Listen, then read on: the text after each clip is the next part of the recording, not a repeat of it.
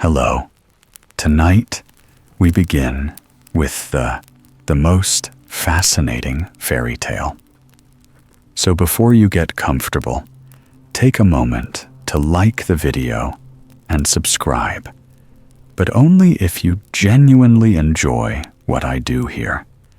And let me know in the comments where you're tuning in from and what time it is for you.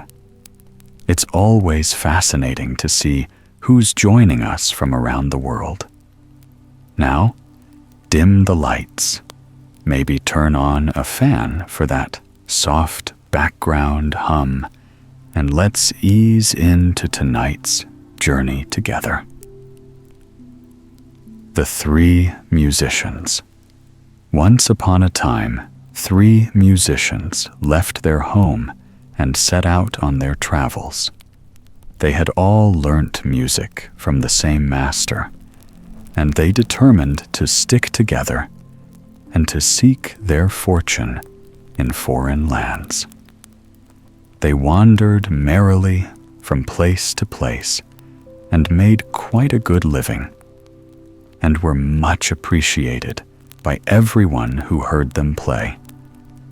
One evening, they came to a village where they delighted all the company with their beautiful music. At last, they ceased playing and began to eat and drink and listen to the talk that was going on around them. They heard all the gossip of the place, and many wonderful things were related and discussed. At last, the conversation fell on a castle in the neighborhood, about which many strange and marvelous things were told. One person said that hidden treasure was to be found there. Another, that the richest food was always to be had there, although the castle was uninhabited.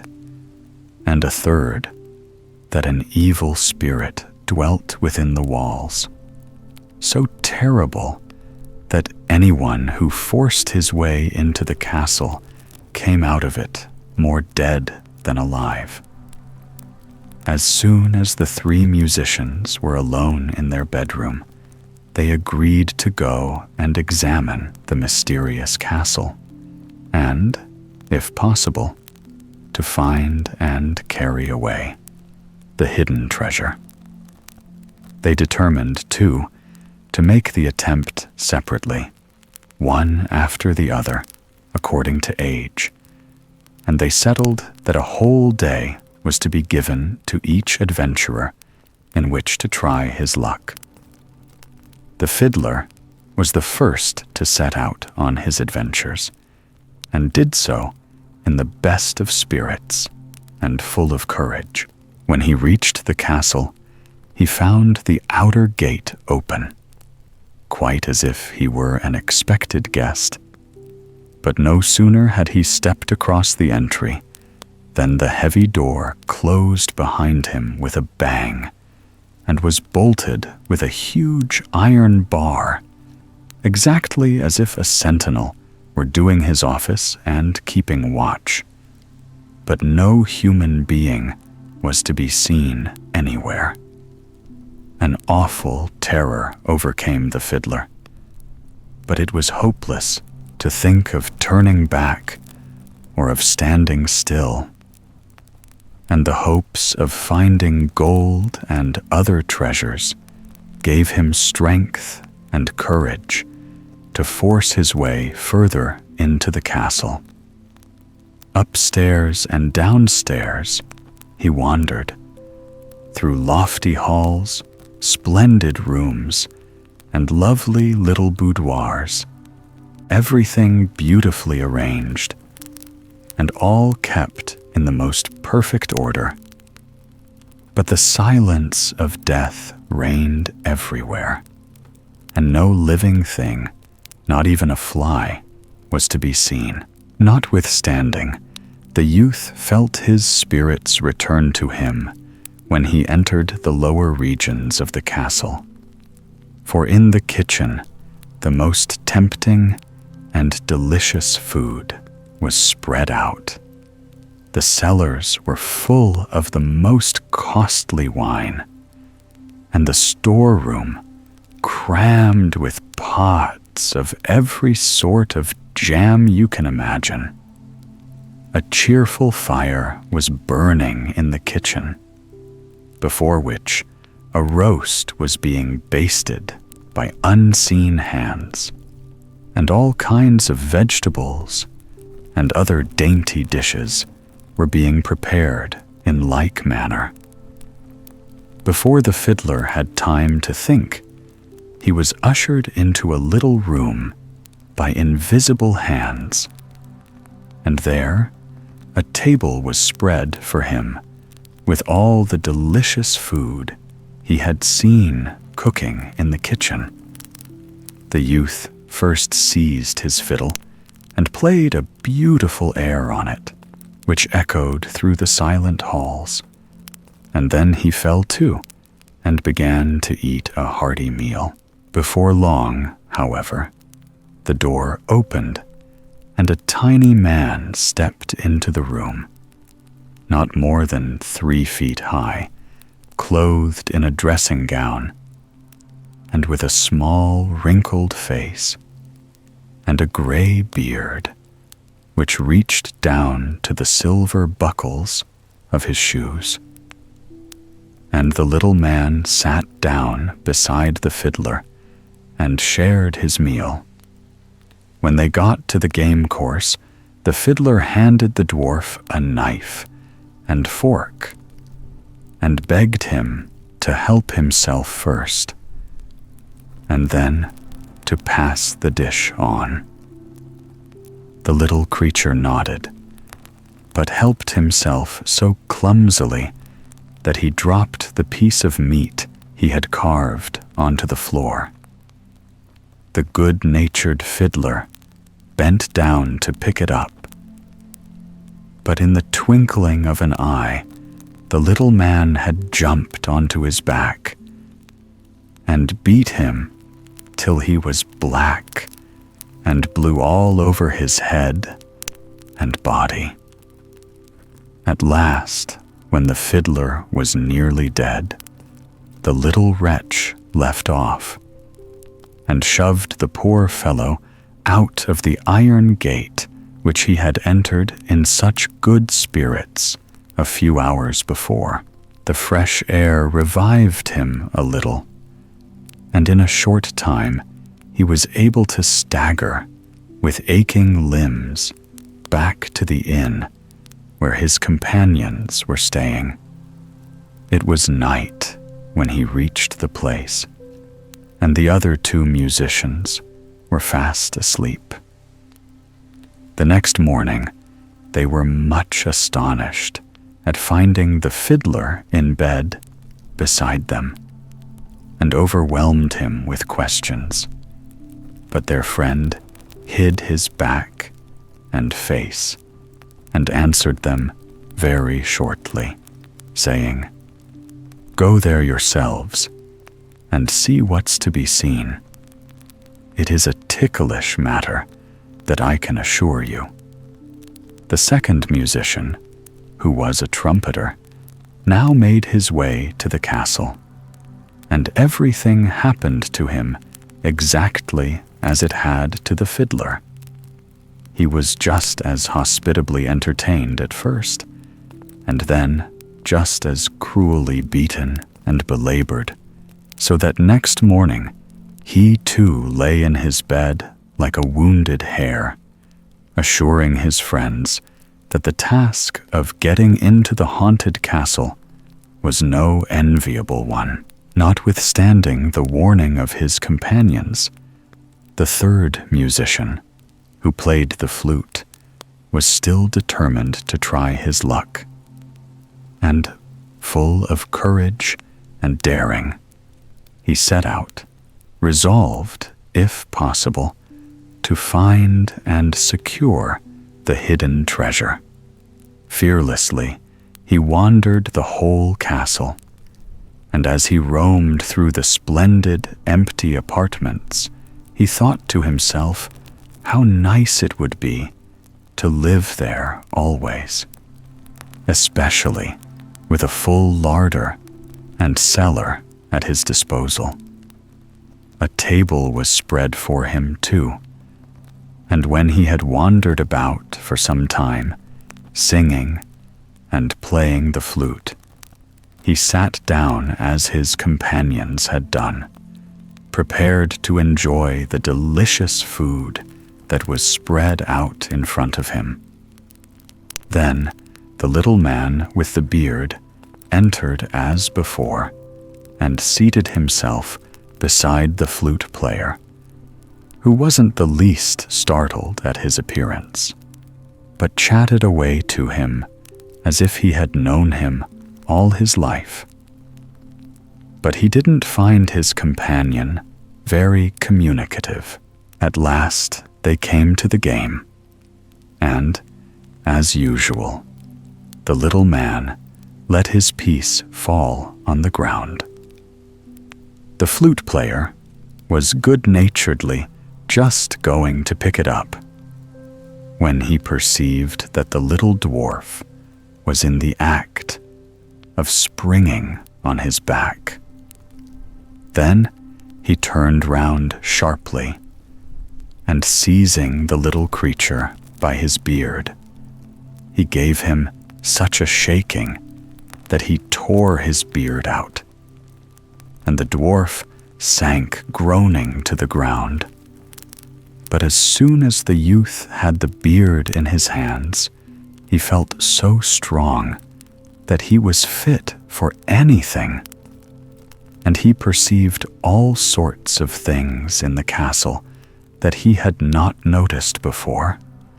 But on the other hand, all strength seemed to have gone from the little man. He whined and sobbed out, Give me my beard again, and I will instruct you in all the magic art that surrounds this castle, and will help you to carry off the hidden treasure, which will make you rich and happy forever. But the cunning flute player replied, I will give you back your beard, but you must first help me, as you have promised to do. Till you have done so, I don't let your beard out of my hands. Then the old man found himself obliged to fulfill his promise, though he had had no intention of doing so, and had only desired to get his beard back. He made the youth follow him through dark, secret passages, underground vaults, and gray rocks, till at last they came to an open field, which looked as if it belonged to a more beautiful world than ours. Then they came to a stream of rushing water, but the little man drew out a wand and touched the waves, whereupon the waters parted and stood still, and the two crossed the river with dry feet. And how beautiful everything on the other side was. Lovely green paths leading through woods and fields covered with flowers, birds with gold and silver feathers singing on the trees, lovely butterflies and glittering beetles fluttered and crawled about, and dear little beasts hid in the bushes and hedges. The sky above them was not blue, but like rays of pure gold, and the stars looked twice their usual size, and far more brilliant than on our earth. The youth grew more and more astonished when the little gray man led him into a castle far bigger and more splendid than the one they had left. Here, too, the deepest silence reigned. They wandered all through the castle and came at last to a room in the middle of which stood a bed hung all round with heavy curtains. Over the bed hung a bird's cage, and the bird inside it was singing beautiful songs into the silent space. The little gray man lifted the curtains from the bed and beckoned the youth to approach. On the rich silk cushions, embroidered with gold, a lovely maiden lay sleeping. She was as beautiful as an angel, with golden hair which fell in curls over her marble shoulders, and a diamond crown sparkled on her forehead. But a sleep as of death held her in its spell, and no noise seemed able to waken the sleeper. Then the little man turned to the wondering youth and said, "See, here is the sleeping child. She is a mighty princess. This splendid castle and this enchanted land are hers. But for hundreds of years she has slept this magic sleep.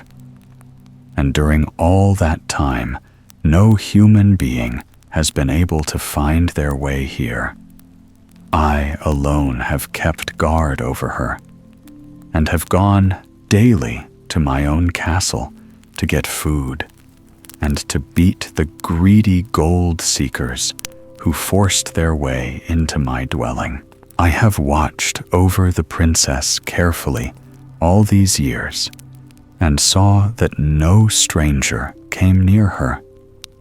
But all my magic power lay in my beard.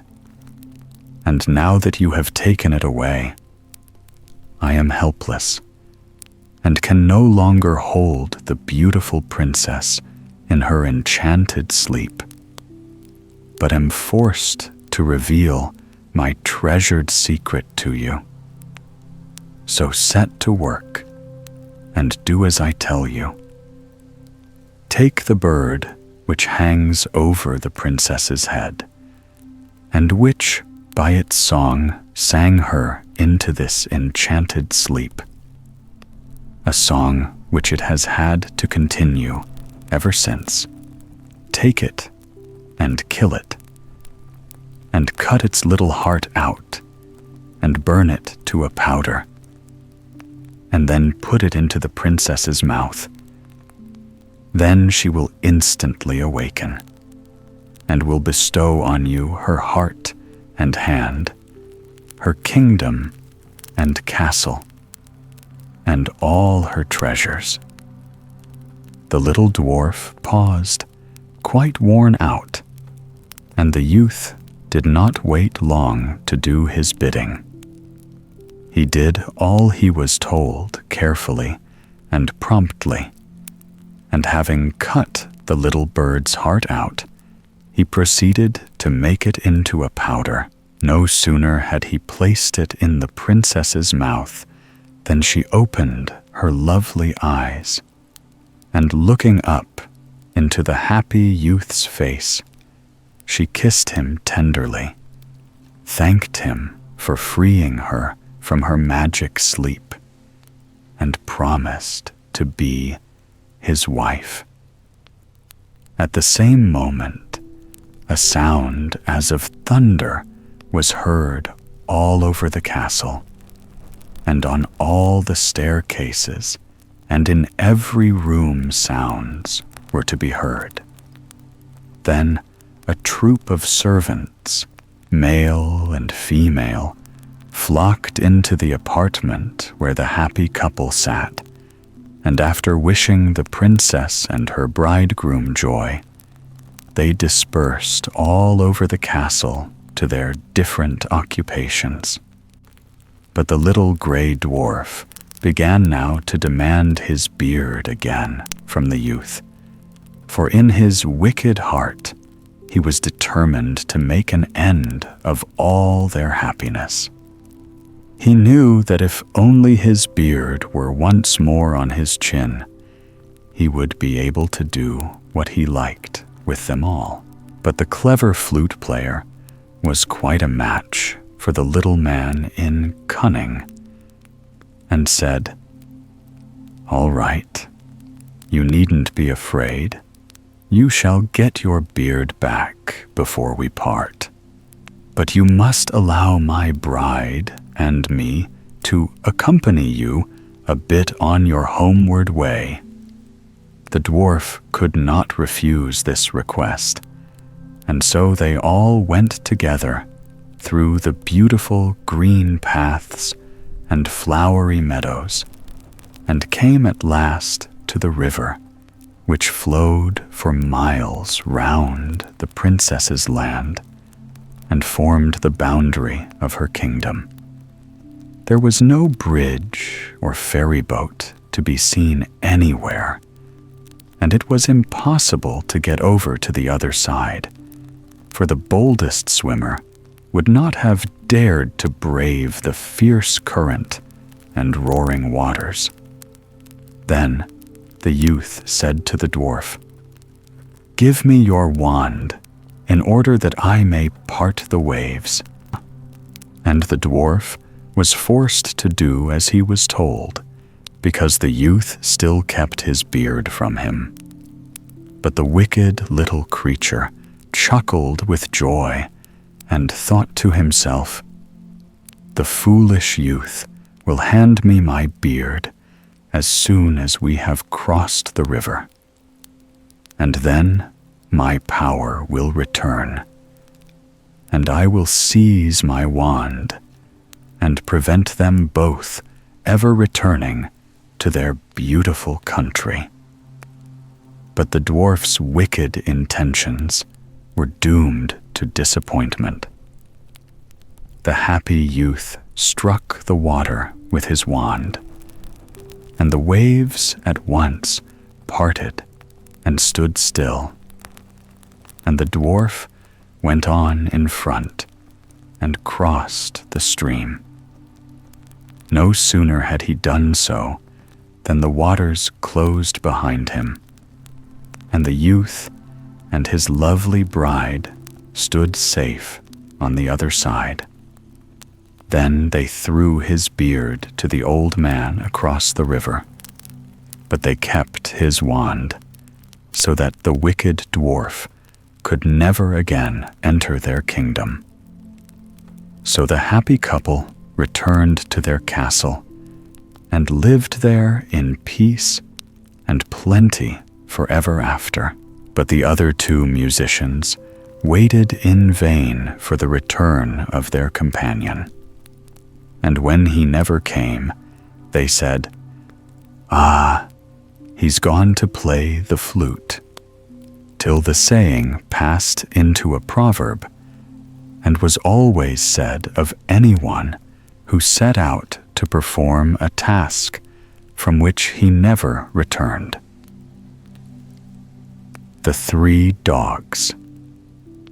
There was once upon a time a shepherd who had 2 children, a son and a daughter. When he was on his deathbed, he turned to them and said, "I have nothing to leave you but 3 sheep and a small house. Divide them between you as you like, but don't quarrel over them, whatever you do." When the shepherd was dead, the brother asked his sister which she would like best, the sheep or the little house. And when she had chosen the house, he said, "Then I'll take the sheep and go out to seek my fortune in the wide world. I don't see why I shouldn't be as lucky as many another who has set out on the same search. And it wasn't for nothing that I was born on a Sunday." And so he started on his travels, driving his 3 sheep in front of him. And for a long time, it seemed as if fortune didn't mean to favor him at all. One day, he was sitting disconsolately at a crossroad when a man suddenly appeared before him with 3 black dogs, each one bigger than the other. "Hello, my fine fellow," said the man. "I see you have 3 fat sheep. I'll tell you what, if you'll give them to me, I'll give you my 3 dogs." In spite of his sadness, the youth smiled and replied, "What would I do with your dogs? My sheep at least feed themselves, but I should have to find food for the dogs. My dogs are not like other dogs," said the stranger. "They will feed you instead of you them, and will make your fortune. The smallest one is called Salt, and will bring you food whenever you wish. The second is called Pepper, and will tear anyone to pieces who offers to hurt you. And the great, big, strong one is called Mustard, and is so powerful that it will break iron or steel with its teeth."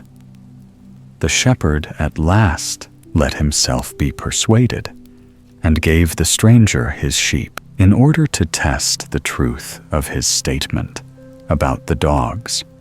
He said at once, "Salt, I am hungry." And before the words were out of his mouth, the dog had disappeared, and returned in a few minutes with a large basket full of the most delicious food.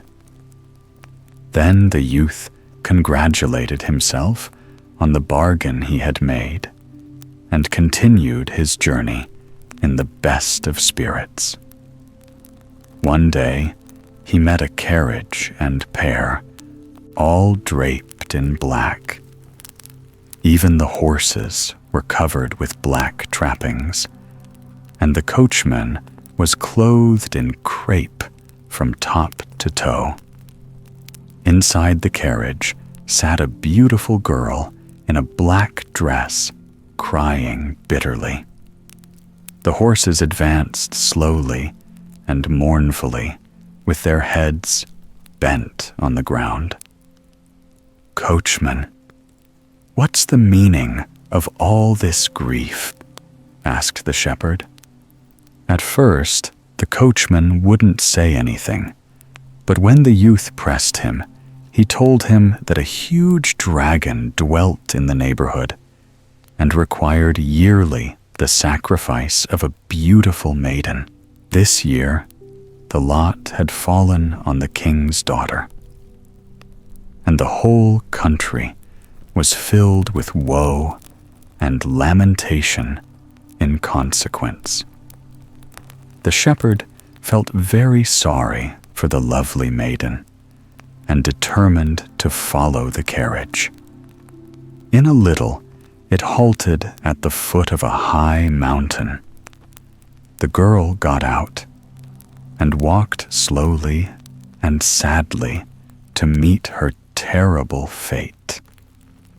The coachman perceived that the shepherd wished to follow her, and warned him not to do so if he valued his life. But the shepherd wouldn't listen to his advice. When they had climbed about halfway up the hill, they saw a terrible-looking monster with the body of a snake, and with huge wings and claws coming towards them, breathing forth flames of fire and preparing to seize its victim. Then the shepherd called, "Pepper, come to the rescue!" and the second dog set upon the dragon, and after a fierce struggle bit it so sharply in the neck that the monster rolled over, and in a few moments breathed its last. Then the dog ate up the body, all except its 2 front teeth, which the shepherd picked up and put in his pocket. The princess was quite overcome with terror and joy, and fell fainting at the feet of her deliverer. When she recovered her consciousness, she begged the shepherd to return with her to her father, who would reward him richly. But the youth answered that he wanted to see something of the world, and that he would return again in 3 years, and nothing would make him change this resolve. The princess seated herself once more in her carriage, and bidding each other farewell, she and the shepherd separated, she to return home, and he to see the world. But while the princess was driving over a bridge, the carriage suddenly stood still, and the coachman turned round to her and said, "Your deliverer has gone, and doesn't thank you for your gratitude. It would be nice of you to make a poor fellow happy. Therefore, you may tell your father that it was I who slew the dragon. And if you refuse to, I will throw you into the river, and no one will be any the wiser, for they will think the dragon has devoured you." The maiden was in a dreadful state when she heard these words, but there was nothing for her to do but to swear that she would give out the coachman as her deliverer, and not to divulge the secret to anyone. So they returned to the capital, and everyone was delighted when they saw the princess had returned unharmed. The black flags were taken down from all the palace towers, and gay-colored ones put up in their place. And the king embraced his daughter and her supposed rescuer with tears of joy. And turning to the coachman, he said, "You have not only saved the life of my child, but you have also freed the country from a terrible scourge. Therefore, it is only fitting that you should be richly rewarded. Take, therefore, my daughter for your wife. But as she is still so young, do not let the marriage be celebrated for another year." The coachman thanked the king for his graciousness, and was then led away to be richly dressed and instructed in all the arts and graces that befitted his new position.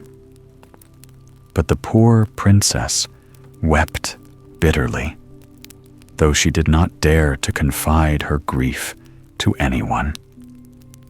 When the year was over, she begged so hard for another year's respite that it was granted to her.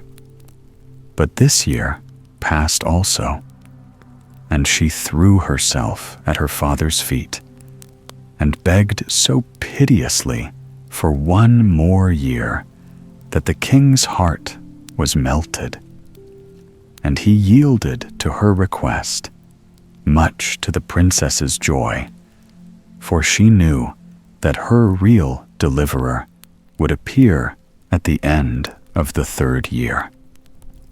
And so the year passed away like the other 2, and the wedding day was fixed, and all the people were prepared to feast and make merry. But on the wedding day, it happened that a stranger came to the town with 3 black dogs. He asked what the meaning of all the feasting and fuss was, and they told him that the king's daughter was just going to be married. to the man who had slain the terrible dragon. The stranger at once denounced the coachman as a liar, but no one would listen to him, and he was seized and thrown into a cell with iron doors.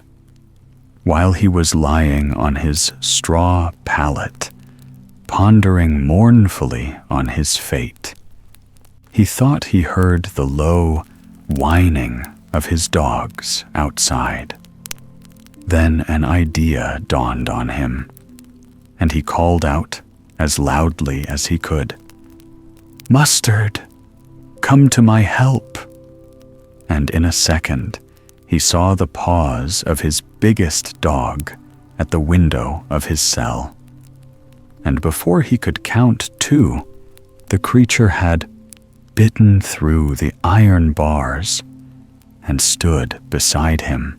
Then they both let themselves out of the prison by the window, and the poor youth was free once more, though he felt very sad when he thought that another was to enjoy the reward that rightfully belonged to him. He felt hungry too, so he called his dog Salt and asked him to bring home some food. The faithful creature trotted off and soon returned with a table napkin full of the most delicious food. And the napkin itself was embroidered with a kingly crown. The king had just seated himself at the wedding feast with all his court, when the dog appeared and licked the princess's hand in an appealing manner. With a joyful start, she recognized the beast and bound her own table napkin round his neck. Then she plucked up her courage and told her father the whole story. The king at once sent a servant to follow the dog, and in a short time the stranger was led into the king's presence. The former coachman grew as white as a sheet when he saw the shepherd, and falling on his knees, begged for mercy and pardon. The princess recognized her deliverer at once and did not need the proof of the 2 dragons' teeth which he drew from his pocket. The coachman was thrown into a dark dungeon, and the shepherd took his place at the princess's side, and this time, you may be sure, she did not beg for the wedding to be put off. The young couple lived for some time in great peace and happiness, when suddenly, one day, the former shepherd bethought himself of his poor sister and expressed a wish to see her again and to let her share in his good fortune. So they sent a carriage to fetch her, and soon she arrived at the court and found herself once more in her brother's arms. Then one of the dogs spoke and said, "Our task is done. You have no more need of us. We only waited to see that you did not forget your sister in your prosperity." And with these words, the 3 dogs became 3 birds and flew away into the heavens. The Dirty Shepherdess. Once upon a time, there lived a king who had 2 daughters, and he loved them with all his heart. When they grew up, he was suddenly seized with a wish to know if they, on their part, truly loved him. And he made up his mind that he would give his kingdom to whichever best proved her devotion. So he called the elder princess and said to her, "How much do you love me?" "As the apple of my eye," answered she. "Ah," exclaimed the king, kissing her tenderly as he spoke, "you are indeed a good daughter." Then he sent for the younger and asked her how much she loved him. "I look upon you, my father," she answered, "as I look upon salt in my food." But the king did not like her words and ordered her to quit the court and never again to appear before him. The poor princess went sadly up to her room and began to cry. But when she was reminded of her father's commands, she dried her eyes and made a bundle of her jewels and her best dresses and hurriedly left the castle where she was born. She walked straight along the road in front of her, without knowing very well where she was going or what was to become of her, for she had never been shown how to work, and all she had learnt consisted of a few household rules and receipts of dishes which her mother had taught her long ago. And as she was afraid that no housewife would want to engage a girl with such a pretty face, she determined to make herself as ugly as she could. She therefore took off the dress that she was wearing and put on some horrible old rags belonging to a beggar, all torn and covered with mud. After that, she smeared mud all over her hands and face and shook her hair into a great tangle. Having thus changed her appearance, she went about offering herself as a goose girl or shepherdess.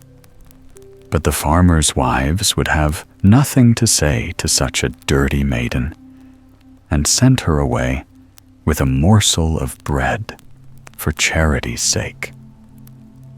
After walking for a great many days without being able to find any work, she came to a large farm where they were in want of a shepherdess, and engaged her gladly. One day, when she was keeping her sheep in a lonely tract of land, she suddenly felt a wish to dress herself in her robes of splendor. She washed herself carefully in the stream, and as she always carried her bundle with her, it was easy to shake off her rags and transform herself in a few moments into a great lady. The king's son, who had lost his way out hunting, perceived this lovely damsel a long way off, and wished to look at her closer. But as soon as the girl saw what he was at, she fled into the wood as swiftly as a bird. The prince ran after her, but as he was running, he caught his foot in the root of a tree and fell. And when he got up again, she was nowhere to be seen. When she was quite safe, she put on her rags again and smeared over her face and hands. However, the young prince, who was both hot and thirsty, found his way to the farm to ask for a drink of cider, and he inquired the name of the beautiful lady that kept the sheep. At this, everyone began to laugh, for they said that the shepherdess was one of the ugliest and dirtiest creatures under the sun.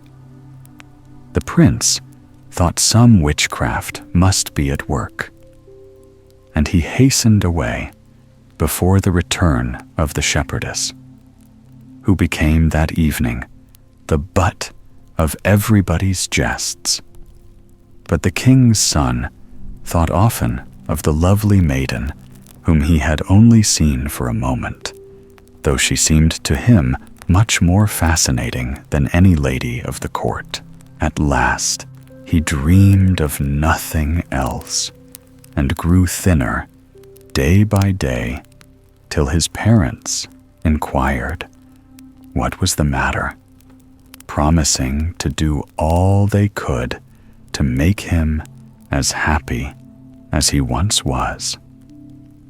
He dared not tell them the truth, lest they should laugh at him, so he only said that he should like some bread baked by the kitchen girl in the distant farm.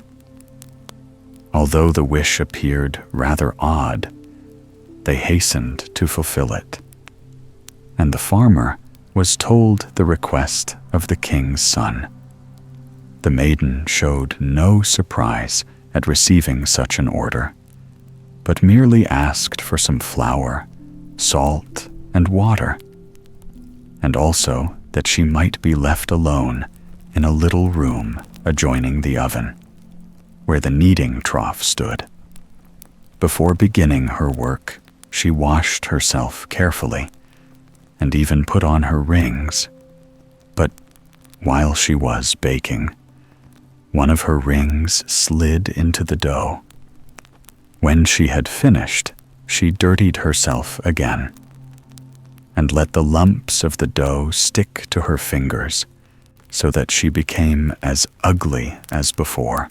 The loaf, which was a very little one, was brought to the king's son, who ate it with pleasure. But in cutting it, he found the ring of the princess, and declared to his parents that he would marry the girl whom that ring fitted. So the king made a proclamation through his whole kingdom, and ladies came from afar to lay claim to the honor. But the ring was so tiny that even those who had the smallest hands could only get it on their little fingers. In a short time, all the maidens of the kingdom, including the peasant girls, had tried on the ring, and the king was just about to announce that their efforts had been in vain, when the prince observed that he had not yet seen the shepherdess. They sent to fetch her, and she arrived covered with rags, but with her hands cleaner than usual, so that she could easily slip on the ring. The king's son declared that he would fulfill his promise, and when his parents mildly remarked that the girl was only a keeper of sheep, and a very ugly one too, the maiden boldly said that she was born a princess, and that if they would only give her some water and leave her alone in a room for a few minutes, she would show that she could look as well as anyone in fine clothes. They did what she asked, and when she entered in a magnificent dress, she looked so beautiful that all saw she must be a princess in disguise. The king's son recognized the charming damsel of whom he had once caught a glimpse, and flinging himself at her feet, asked if she would marry him. The princess then told her story, and said that it would be necessary to send an ambassador to her father to ask his consent and to invite him to the wedding. The princess's father, who had never ceased to repent his harshness towards his daughter, had sought her through the land. But as no one could tell him anything of her, he supposed her dead. Therefore, it was with great joy he heard that she was living, and that a king's son asked her in marriage. And he quitted his kingdom with his elder daughter, so as to be present at the ceremony. By the orders of the bride, they only served her father at the wedding breakfast bread without salt, and meat without seasoning. Seeing him make faces and eat very little, his daughter, who sat beside him, inquired if his dinner was not to his taste. "No," he replied. "The dishes are carefully cooked and sent up, but they are all so dreadfully tasteless. Did not I tell you, my father, that salt was the best thing in life? And yet, when I compared you to salt, to show how much I loved you, you thought slightingly of me, and you chased me from your presence." The king embraced his daughter, and allowed that he had been wrong to misinterpret her words. Then, for the rest of the wedding feast, they gave him bread made with salt, and dishes with seasoning. And he said they were the very best he had ever eaten. Spindle. The Golden Blackbird. Once upon a time, there was a great lord who had 3 sons. He fell very ill, sent for doctors of every kind, even bone setters, but they, none of them, could find out what was the matter with him, or even give him any relief. At last, there came a foreign doctor who declared that the Golden Blackbird alone could cure the sick man. So the old lord dispatched his eldest son to look for the wonderful bird, and promised him great riches if he managed to find it and bring it back. The young man began his journey, and soon arrived at a place where 4 roads met. He did not know which to choose, and tossed his cap in the air, determining that the direction of its fall should decide him.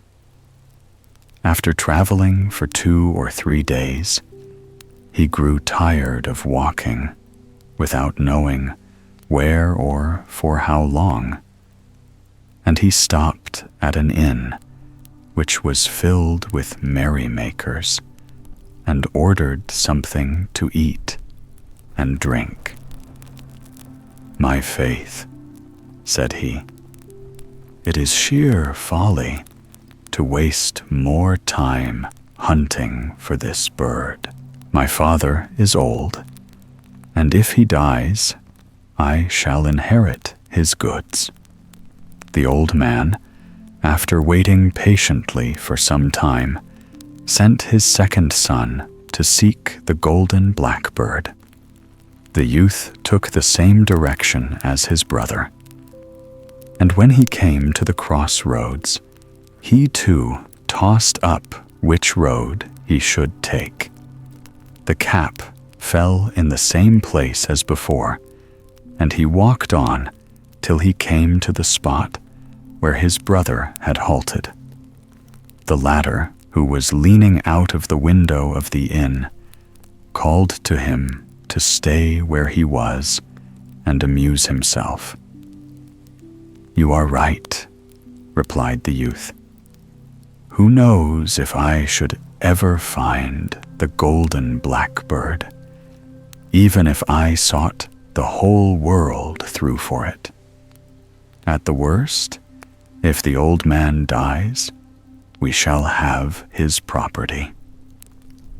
He entered the inn, and the two brothers made merry and feasted, till very soon their money was all spent. They even owed something to their landlord, who kept them as hostages till they could pay their debts. The youngest son set forth in his turn, and he arrived at the place where his brothers were still prisoners. They called to him to stop, and did all they could to prevent his going further. "No," he replied. "My father trusted me, and I will go all over the world till I find the Golden Blackbird." "Bah," said his brothers, "you will never succeed any better than we did. Let him die if he wants to. We will divide the property." As he went his way, he met a little hare who stopped to look at him and asked, "Where are you going, my friend?" "I really don't quite know," answered he. "My father is ill, and he cannot be cured unless I bring him back the Golden Blackbird. It is a long time since I set out, but no one can tell me where to find it." "Ah," said the hare, "you have a long way to go yet. You will have to walk at least 700 miles before you get to it."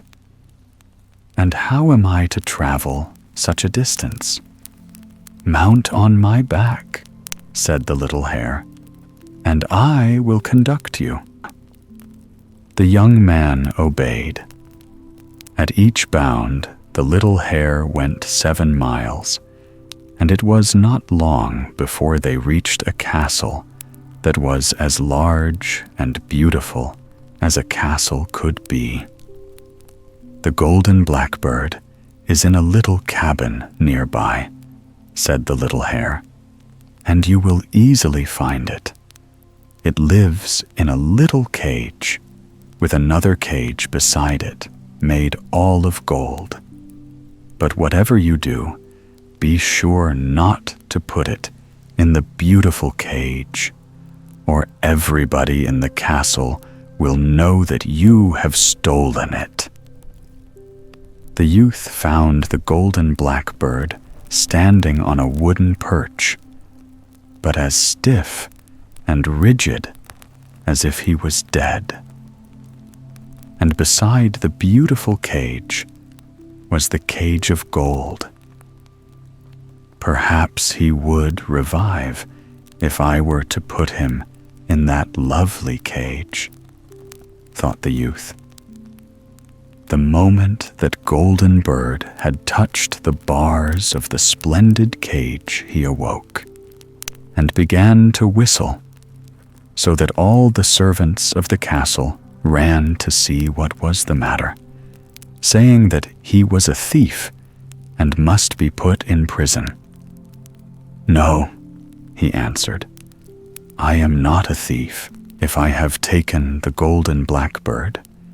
It is only that it may cure my father, who is ill, and I have traveled more than 700 miles in order to find it."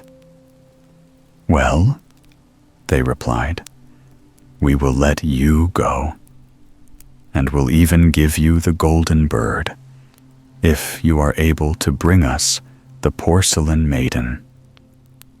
The youth departed, weeping, and met the little hare, who was munching wild thyme. "What are you crying for, my friend?" asked the hare. "It is because," he answered, The castle people will not allow me to carry off the Golden Blackbird without giving them the porcelain maiden in exchange." "You have not followed my advice," said the little hare, "and you have put the golden bird into the fine cage. Alas, yes, don't despair. The porcelain maiden is a young girl, beautiful as Venus, who dwells 200 miles from here. Jump on my back, and I will take you there." The little hare, who took 7 miles in a stride, was there in no time at all.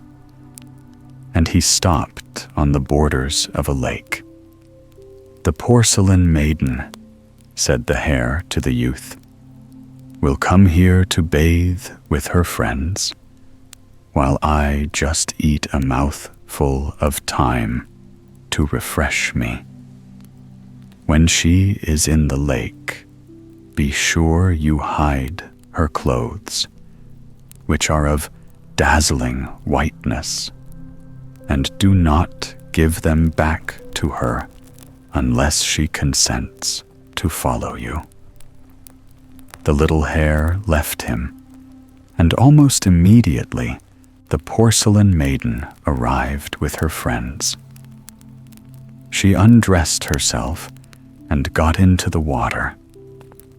Then the young man glided up noiselessly and laid hold of her clothes, which he hid under a rock at some distance. When the porcelain maiden was tired of playing in the water, she came out to dress herself, but though she hunted for her clothes high and low, she could find them nowhere. Her friends helped her in the search, but seeing at last that it was of no use, they left her alone on the bank, weeping bitterly. "Why do you cry?" said the young man, approaching her. "Alas," answered she, "while I was bathing, someone stole my clothes, and my friends have abandoned me. I will find your clothes if you will only come with me." And the porcelain maiden agreed to follow him, and after having given up her clothes, the young man bought a small horse for her, which went like the wind. The little hare brought them both back to seek for the Golden Blackbird. And when they drew near to the castle where it lived, the little hero said to the young man, "Now, do be a little sharper than you were before, and you will manage to carry off both the Golden Blackbird and the porcelain maiden. Take the golden cage in one hand, and leave the bird in the old cage where he is, and bring that away too." The little hare then vanished. The youth did as he was bid, and the castle servants never noticed that he was carrying off the golden bird. When he reached the inn where his brothers were detained, he delivered them by paying their debt. They set out all together, but as the 2 elder brothers were jealous of the success of the youngest, they took the opportunity as they were passing by the shores of a lake to throw themselves upon him, seize the golden bird, and fling him in the water. Then they continued their journey, taking with them the porcelain maiden, in the firm belief that their brother was drowned. But happily, he had snatched in flying at a tuft of rushes and called loudly for help. The little hare came running to him and said, "Take hold of my leg and pull yourself out of the water." When he was safe on shore, the little hare said to him, "Now this is what you have to do. Dress yourself like a Breton seeking a place as stable boy, and go and offer your services to your father. Once there, you will easily be able to make him understand the truth." The young man did as the little hare bade him, and he went to his father's castle and inquired if they were not in want of a stable boy. "Yes," replied his father, "very much indeed. But it is not an easy place. There is a little horse in the stable which will not let anyone go near it, and it has already kicked to death several people who have tried to groom it." "I will undertake to groom it," said the youth. "I never saw the horse I was afraid of yet." The little horse allowed itself to be rubbed down without a toss of its head and without a kick. "Good gracious!" exclaimed the master. "How is it that he lets you touch him when no one else can go near him?" "Perhaps he knows me," answered the stable boy. 2 or 3 days later, the master said to him, "The porcelain maiden is here, but though she is as lovely as the dawn, she is so wicked that she scratches everyone that approaches her. Try if she will accept your services." When the youth entered the room where she was, the Golden Blackbird broke forth into a joyful song, and the porcelain maiden sang too, and jumped for joy. "Good gracious!" cried the master. "The porcelain maiden and the Golden Blackbird know you too?" "Yes," replied the youth, "and the porcelain maiden can tell you the whole truth, if she only will." Then she told all that had happened, and how she had consented to follow the young man who had captured the Golden Blackbird.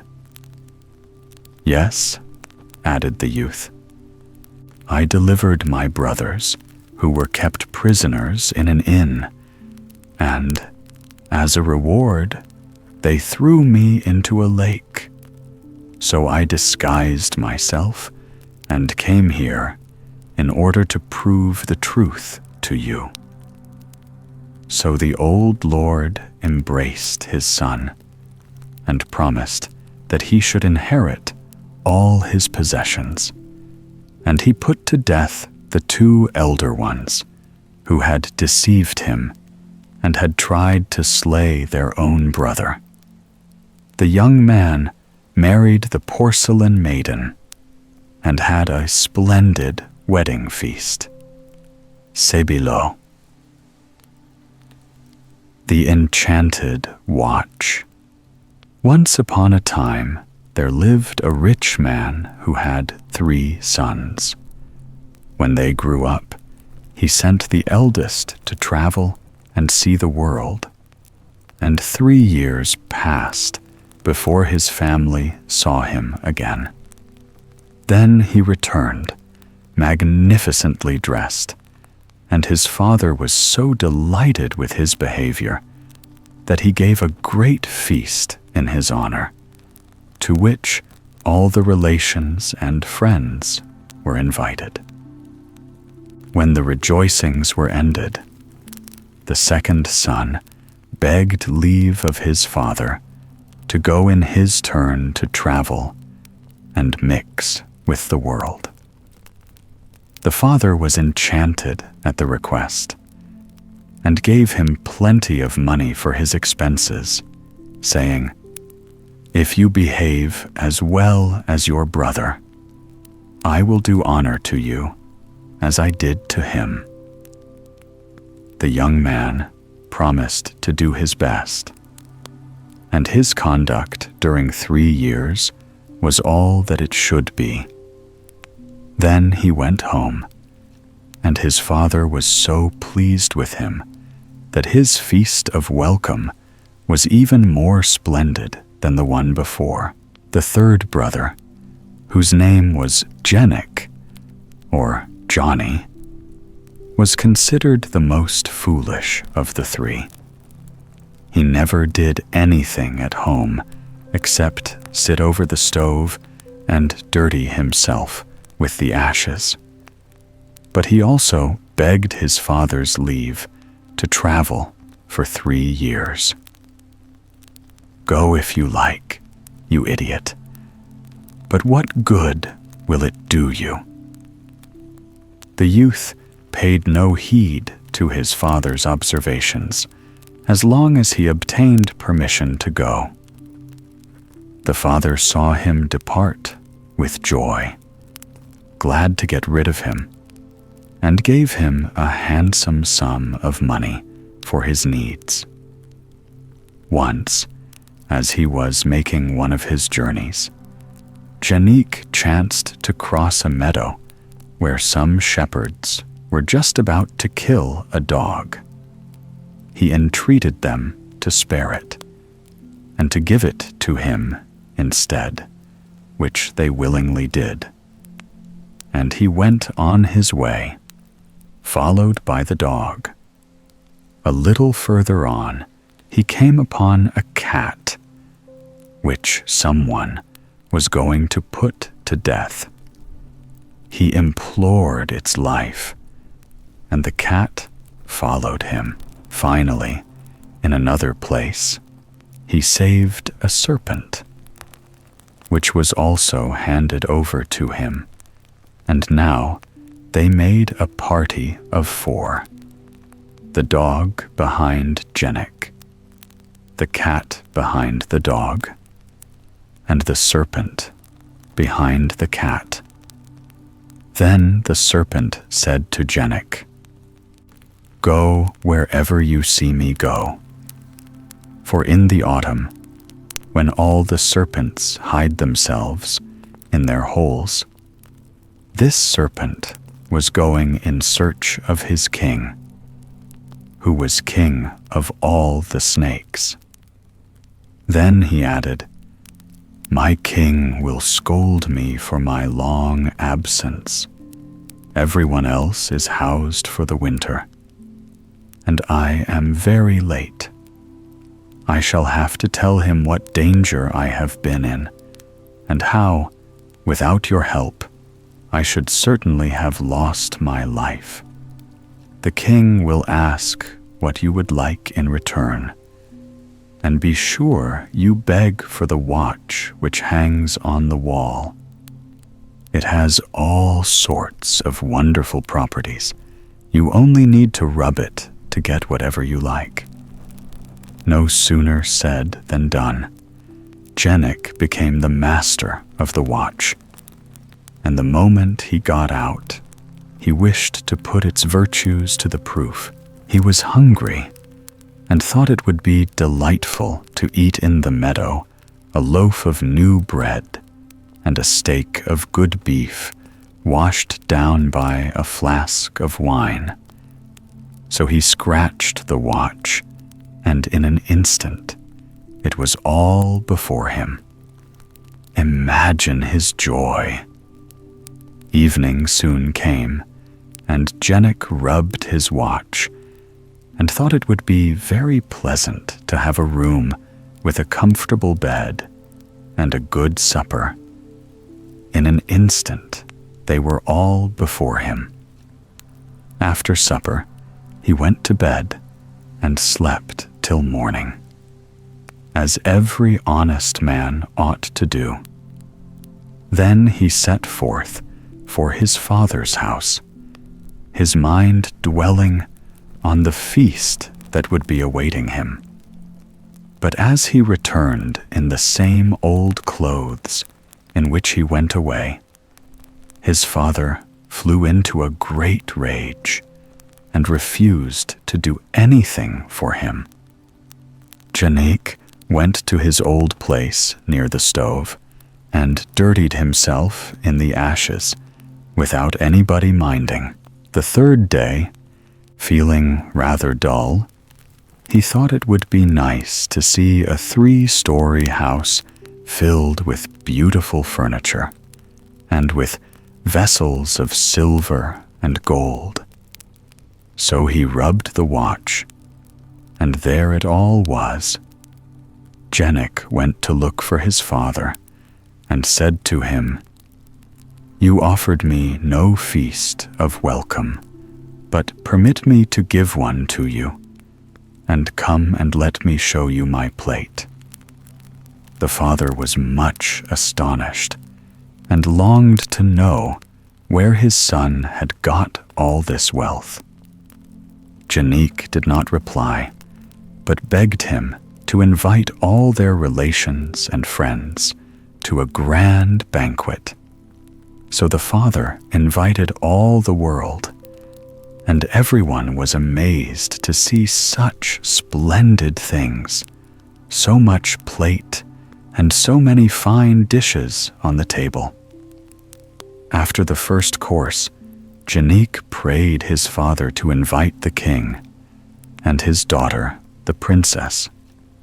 He rubbed his watch and wished for a carriage ornamented with gold and silver, and drawn by 6 horses, with harness glittering with precious stones.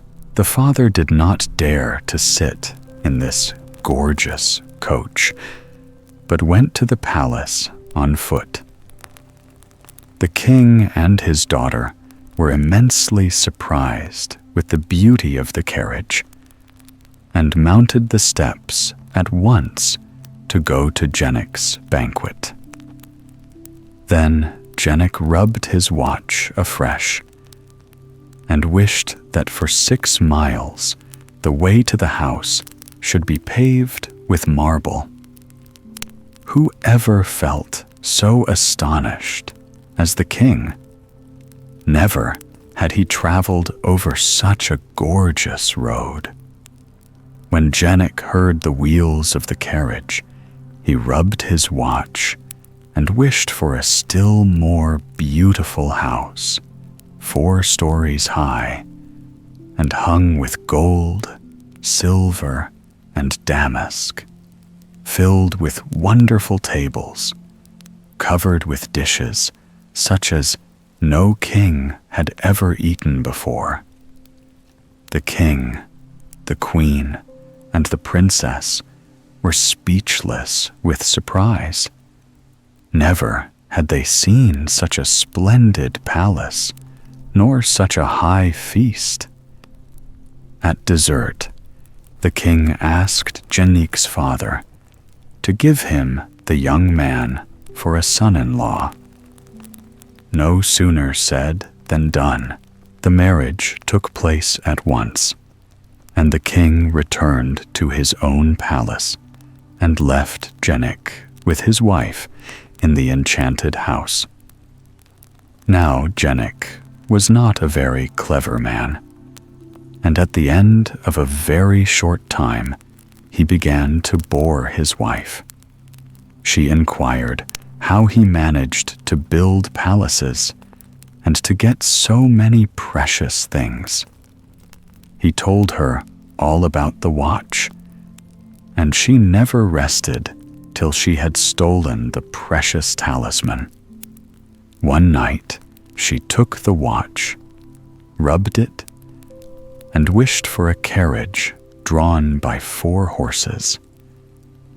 And in this carriage, she at once set out for her father's palace. There she called to her own attendants, bade them follow her into the carriage, and drove straight to the seaside. Then she rubbed her watch and wished that the sea might be crossed by a bridge, and that a magnificent palace might arise in the middle of the sea.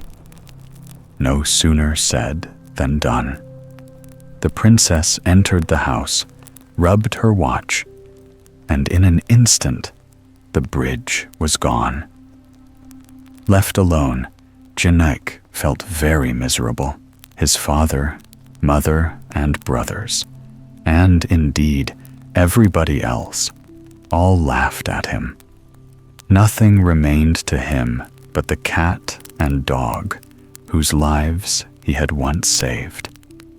He took them with him and went far away, for he could no longer live with his family.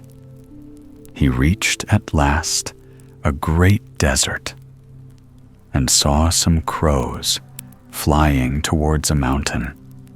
One of them was a long way behind, and when he arrived, his brothers inquired what had made him so late. "Winter is here," they said, "and it is time to fly to other countries." He told them that he had seen in the middle of the sea the most wonderful house that ever was built. On hearing this, Janek at once concluded that this must be the hiding place of his wife. So he proceeded directly to the shore with his dog and his cat. When he arrived on the beach, he said to the dog, "You are an excellent swimmer, and you, little one, are very light. Jump on the dog's back, and he will take you to the palace. Once there, he will hide himself near the door, and you must steal secretly in and try to get hold of my watch." No sooner said than done. The two animals crossed the sea. The dog hid near the house, and the cat stole into the chamber. The princess recognized him and guessed why he had come, and she took the watch down to the cellar and locked it in a box. But the cat wriggled its way into the cellar, and the moment the princess turned her back, he scratched and scratched till he had made a hole in the box. Then he took the watch between his teeth and waited quietly till the princess came back. Scarcely had she opened the door when the cat was outside, and the watch into the bargain. The cat was no sooner beyond the gates than she said to the dog, "We are going to cross the sea. Be very careful not to speak to me." The dog laid this to heart and said nothing. But when they approached the shore, he could not help asking, "Have you got the watch?" The cat did not answer. He was afraid that he might let the talisman fall. When they touched the shore, the dog repeated his question. "Yes," said the cat, and the watch fell into the sea. Then our two friends began each to accuse the other, and both looked sorrowfully at the place where their treasure had fallen in. Suddenly, a fish appeared near the edge of the sea. The cat seized it and thought it would make them a good supper. "I have 9 little children," cried the fish. "Spare the father of a family." "Granted," replied the cat, "but on condition that you find our watch." The fish executed his commission, and they brought the treasure back to their master. Janek rubbed the watch and wished that the palace, with the princess and all its inhabitants, should be swallowed up in the sea. no sooner said than done. Janique returned to his parents, and he and his watch, his cat and his dog, lived together happily to the end of their days. Doolin. The Three Little Pigs. There was once upon a time a pig who lived with her 3 children on a large, comfortable, old-fashioned farmyard. The eldest of the little pigs was called Brownie, the second Whitey, and the youngest and best-looking Blackie.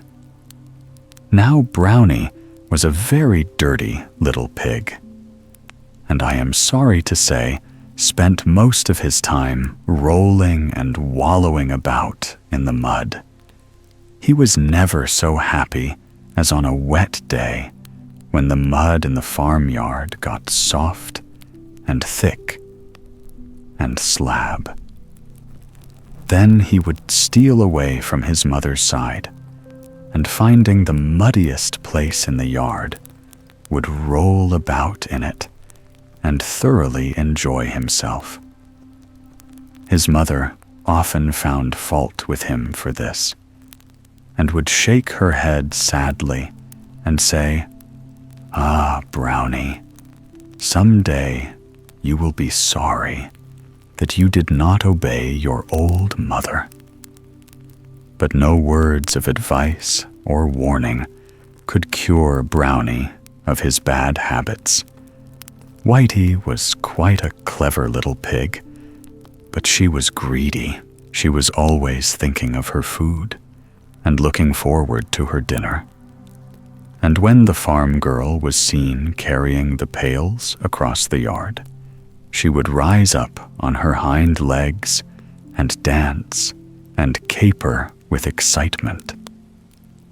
As soon as the food was poured into the trough, she jostled Blackie and Brownie out of the way in her eagerness to get the best and biggest bits for herself.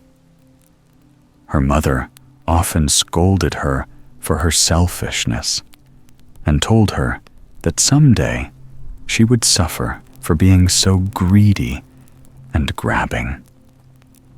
Blackie was a good, nice little pig, neither dirty nor greedy. He had nice, dainty ways for a pig, and his skin was always as smooth and shining as black satin. He was much cleverer than Brownie and Whitey, and his mother's heart used to swell with pride when she heard the farmer's friends say to each other that someday the little black fellow would be a prize pig. Now the time came when the mother pig felt old and feeble and near her end. One day, she called the 3 little pigs round her and said, "My children, I feel that I am growing odd and weak, and that I shall not live long. Before I die, I should like to build a house for each of you, as this dear old sty, in which we have lived so happily, will be given to a new family of pigs, and you will have to turn out.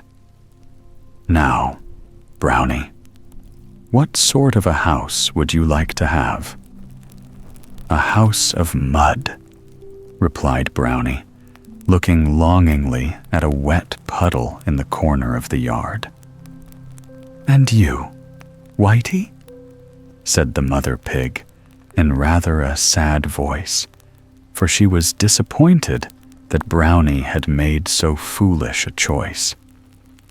"A house of cabbage," answered Whitey, with a mouth full, and scarcely raising her snout out of the trough in which she was grubbing for some potato parings.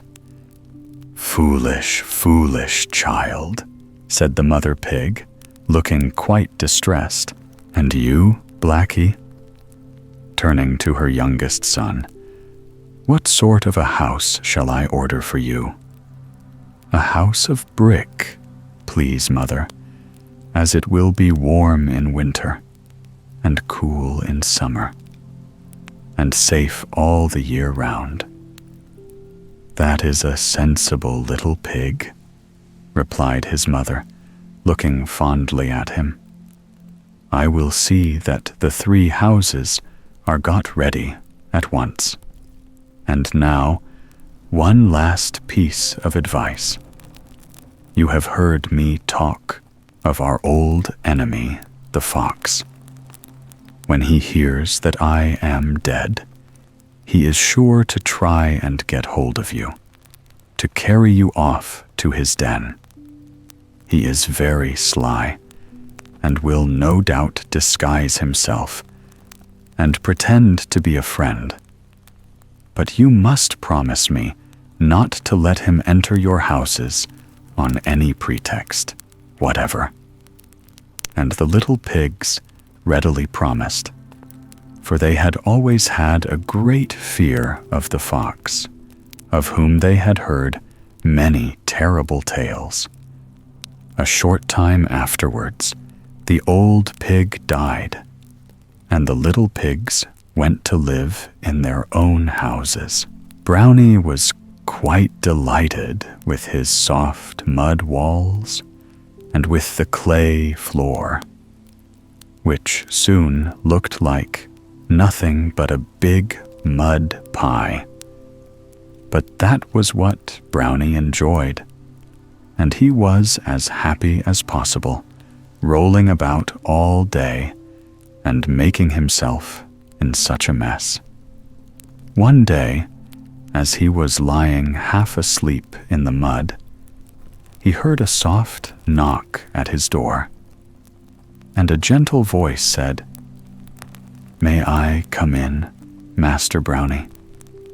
I want to see your beautiful new house." "Who are you?" said Brownie, starting up in great fright, for though the voice sounded gentle, he felt sure it was a feigned voice, and he feared it was the fox. "I am a friend come to call on you," answered the voice. "No, no," replied Brownie. "I don't believe you are a friend.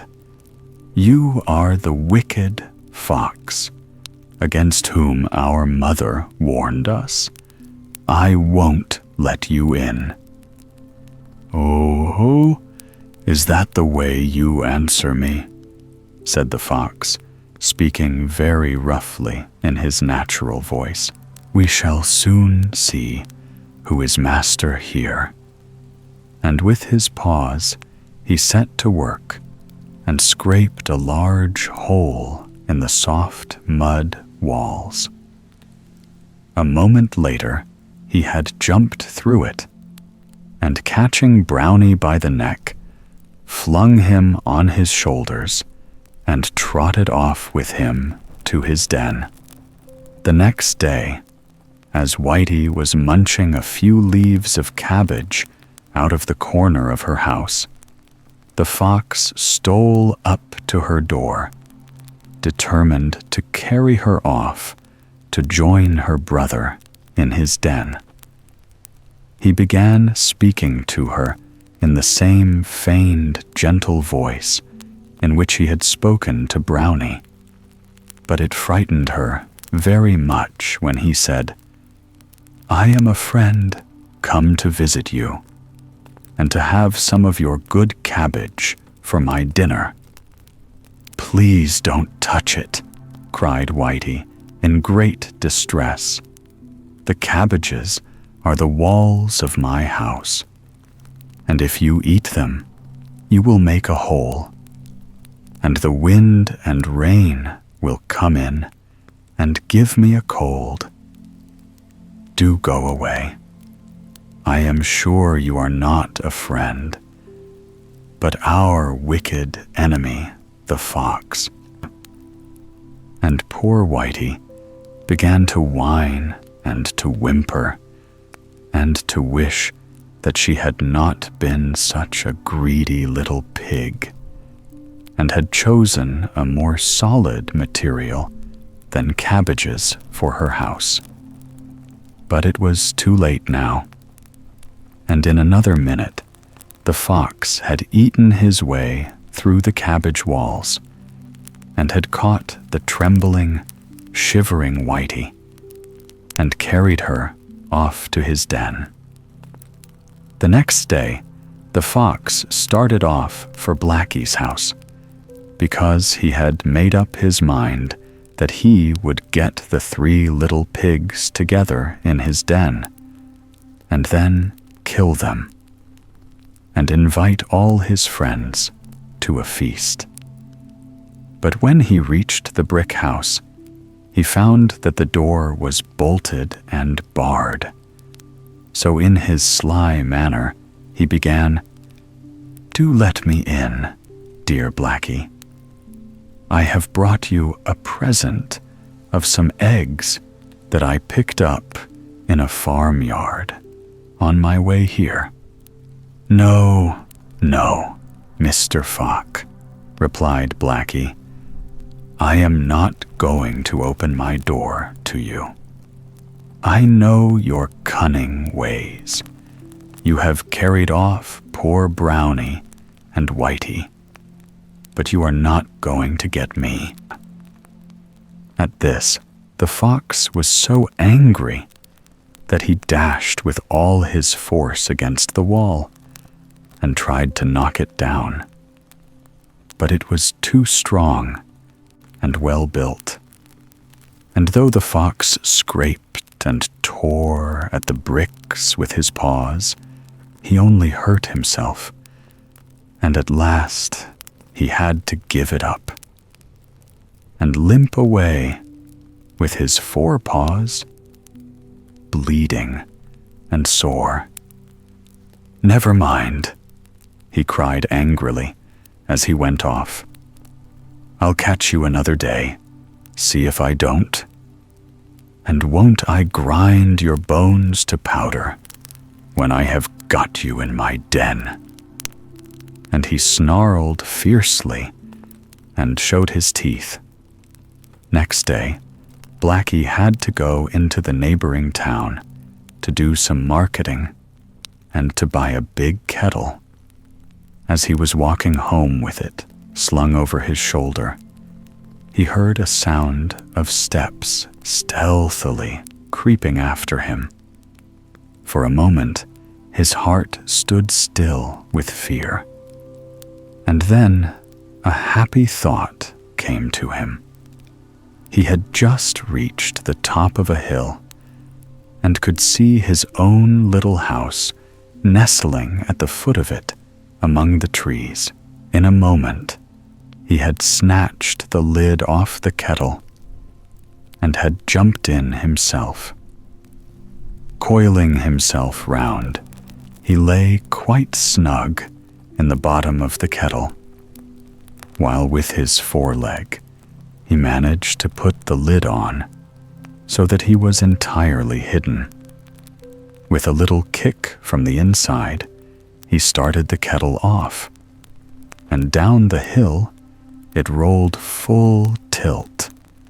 And when the fox came up, all that he saw was a large black kettle spinning over the ground at a great pace. Very much disappointed, he was just going to turn away when he saw the kettle stop close to the little brick house, and in a moment later, Blackie jumped out of it and escaped with the kettle into the house when he barred and bolted the door and put the shutter up over the window. "Oh," exclaimed the fox to himself. "You think you will escape me that way, do you? We shall soon see about that, my friend." And very quietly and stealthily he prowled round the house, looking for some way to climb onto the roof. In the meantime, Blackie had filled the kettle with water and having put it on the fire, sat down quietly, waiting for it to boil. Just as the kettle was beginning to sing, and steam to come out of the spout, he heard a sound like a soft, muffled step. Patter, patter, patter overhead. And the next moment, the fox's head and forepaws were seen coming down the chimney. But Blackie, very wisely, had not put the lid on the kettle, and with a yelp of pain, the fox fell into the boiling water. And before he could escape, Blackie had popped the lid on, and the fox was scalded to death. As soon as he was sure that their wicked enemy was really dead and could do them no further harm, Blackie started off to rescue Brownie and Whitey. As he approached the den, he heard piteous grunts and squeals from his poor little brother and sister, who lived in constant terror of the fox killing and eating them. But when they saw Blackie appear at the entrance to the den, their joy knew no bounds. He quickly found a sharp stone and cut the cords by which they were tied to a stake in the ground.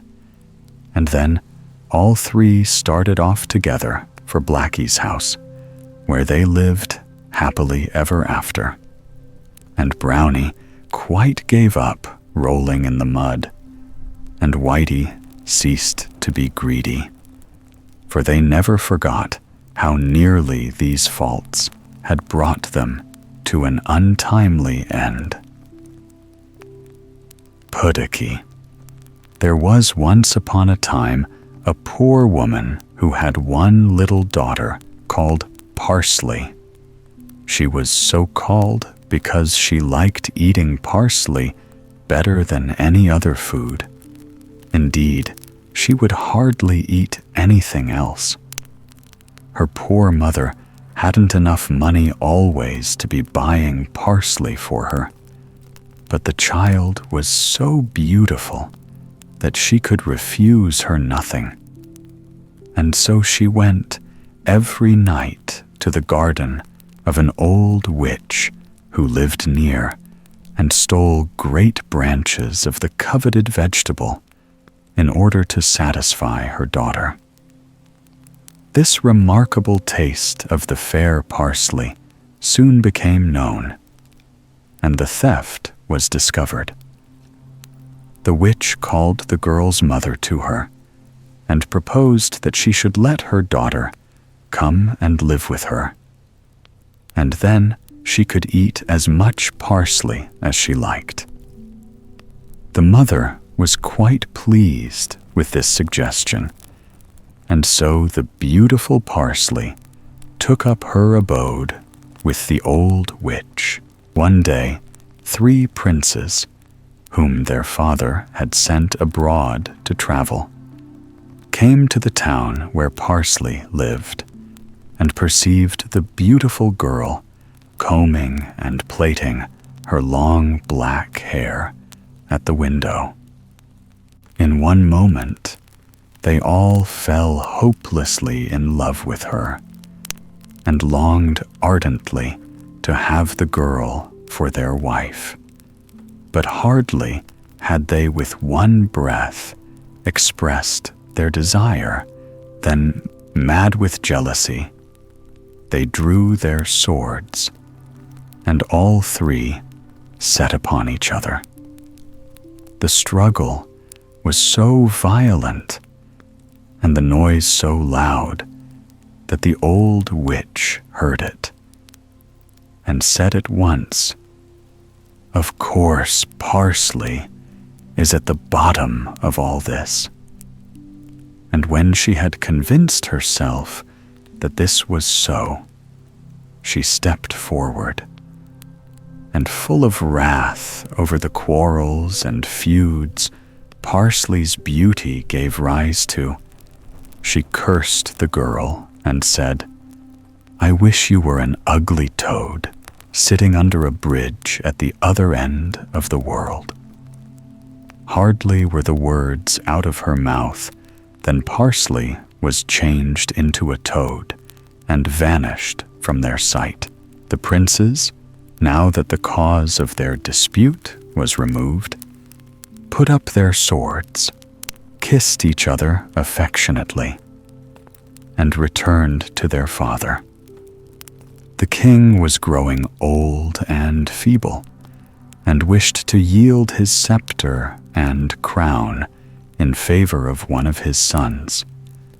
But he couldn't make up his mind which of the three he should appoint as his successor. He determined that fate should decide for him.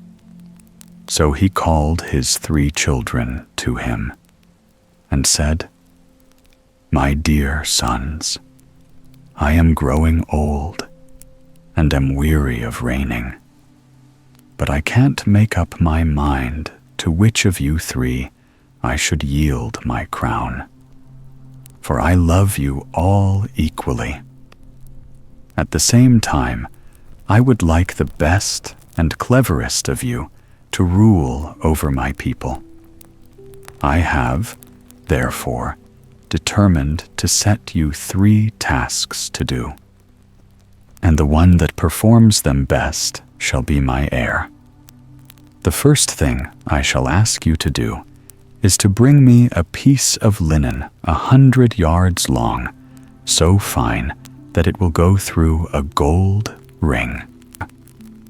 The sons bowed low, and, promising to do their best, they started on their journey without further delay.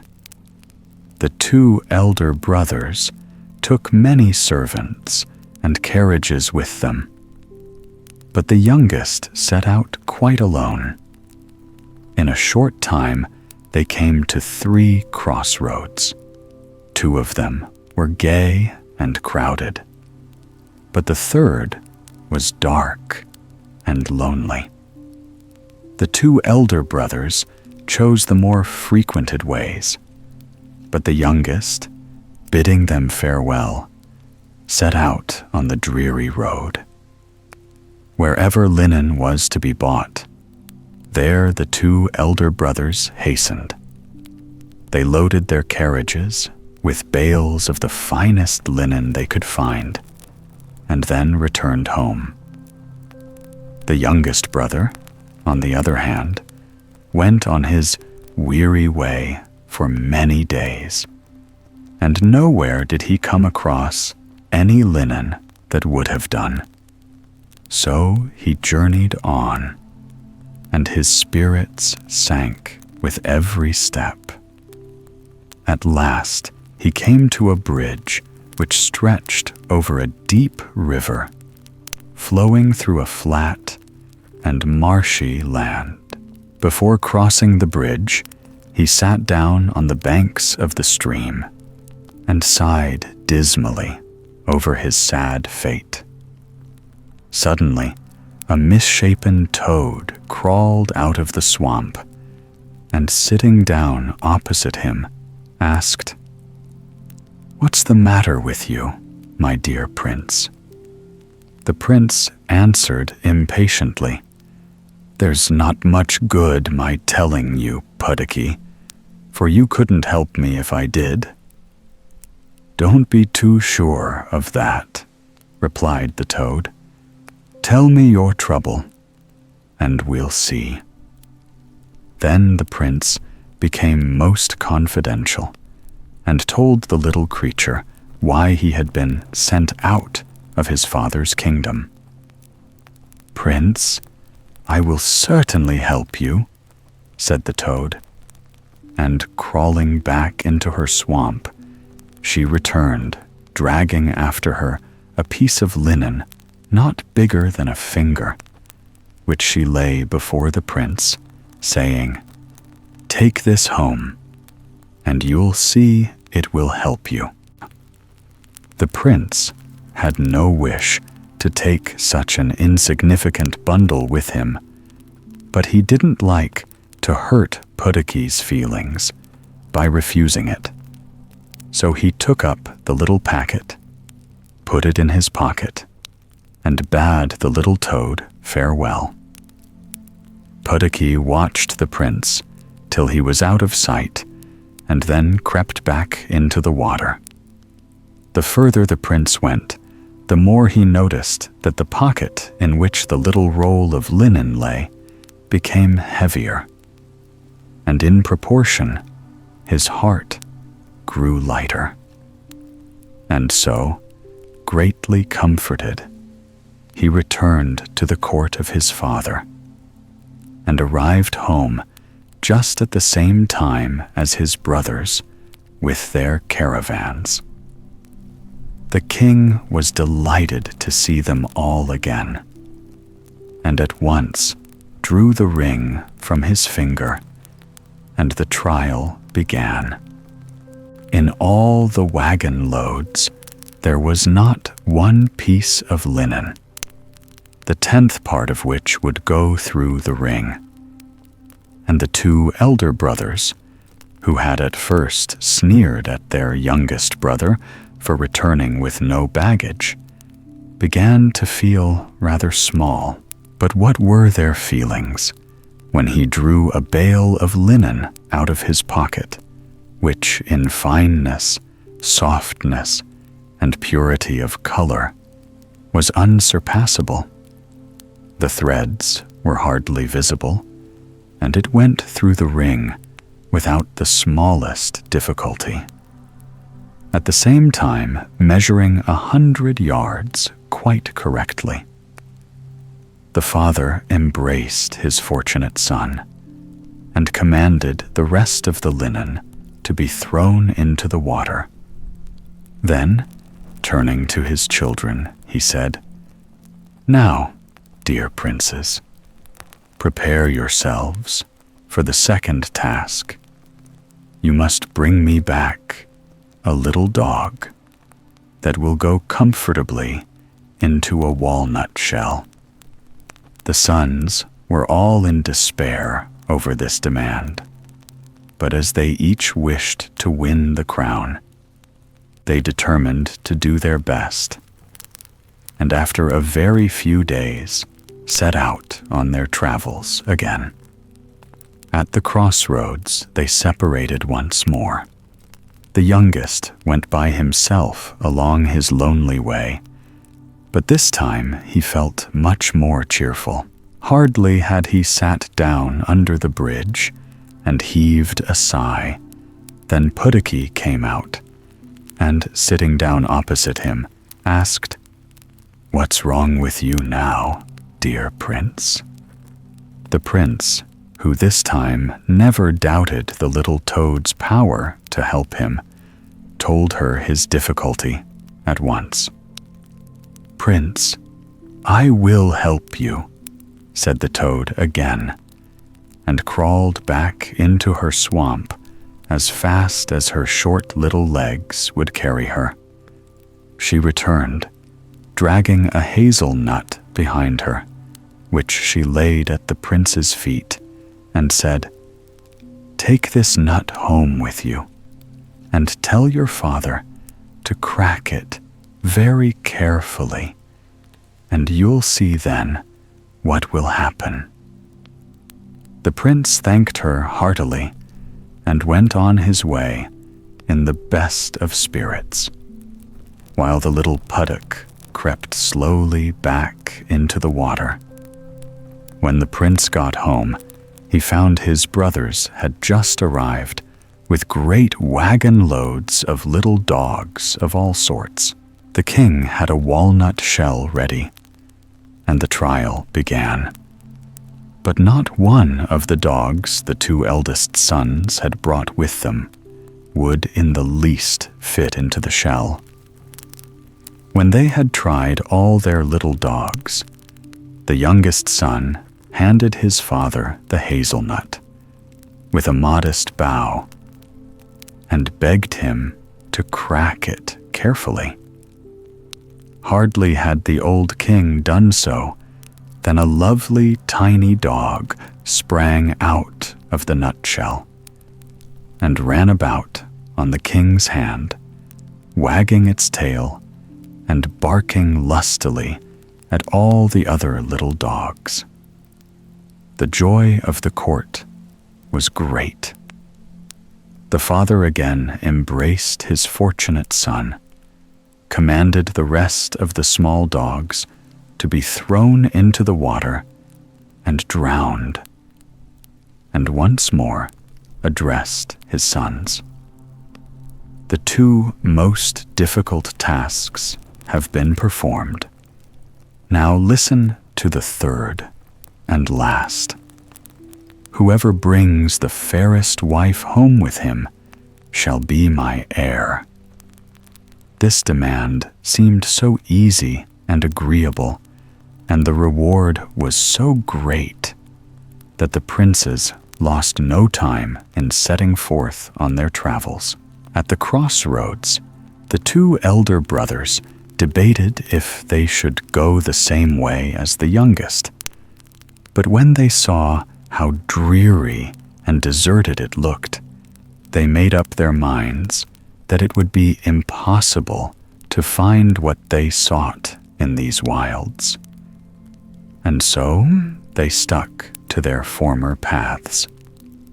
The youngest was very depressed this time, and said to himself, "Anything else Puddocky could have helped me in, but this task is quite beyond her power. How could she ever find a beautiful wife for me? Her swamps are wide and empty, and no human beings dwell there, only frogs and toads and other creatures of that sort." However, he sat down as usual under the bridge, and this time he sighed from the bottom of his heart. In a few minutes, the toad stood in front of him and asked, "What's the matter with you now, my dear prince?" "Oh, Puddocky, this time you can't help me, for the task is beyond even your power," replied the prince. "Still," answered the toad, "you may as well tell me your difficulty, for who knows, but I mayn't be able to help you this time also." The prince then told her the task they had been set to do. "I'll help you right enough, my dear prince," said the little toad. "Just you go home, and I'll soon follow you." With these words, Puddocky, with a spring quite unlike her usual slow movements, jumped into the water and disappeared.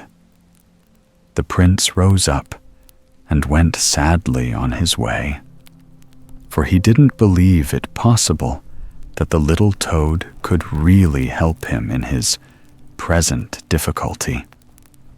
He had hardly gone a few steps when he heard a sound behind him, and looking round, he saw a carriage made of cardboard, drawn by 6 big rats, coming towards him.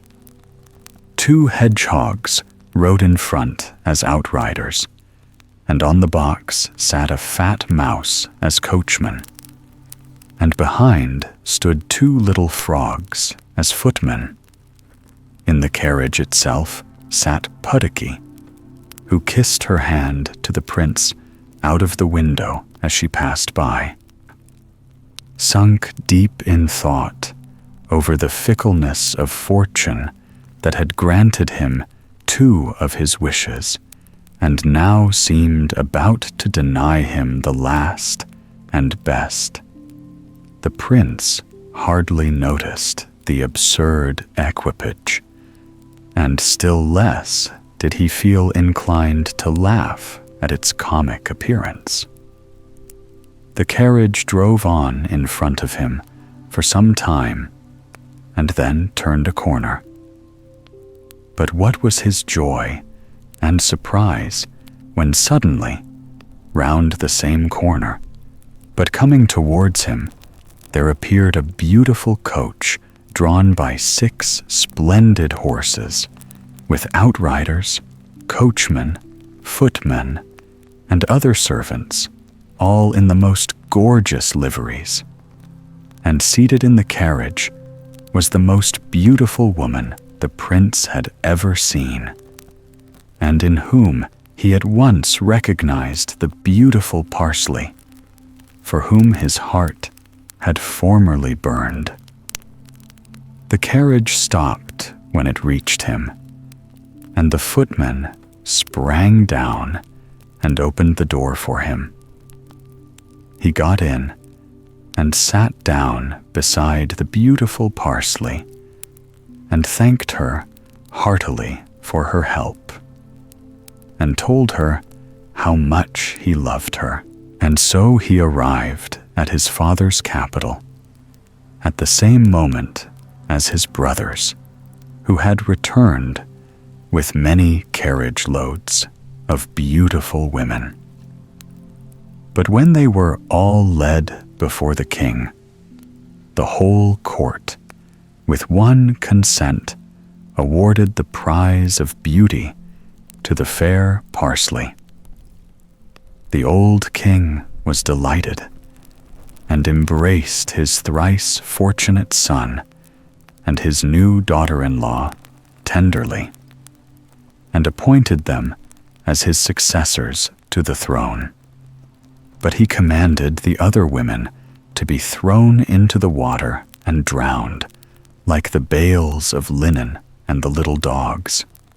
The prince married Puddocky, and reigned long and happily with her. And if they aren't dead, I suppose they are living still. The story of the 3 bears. Once upon a time, there were 3 bears who lived together in a house of their own in a wood. One of them was a little, small, wee bear, and one was a middle-sized bear, and the other was a great, huge bear.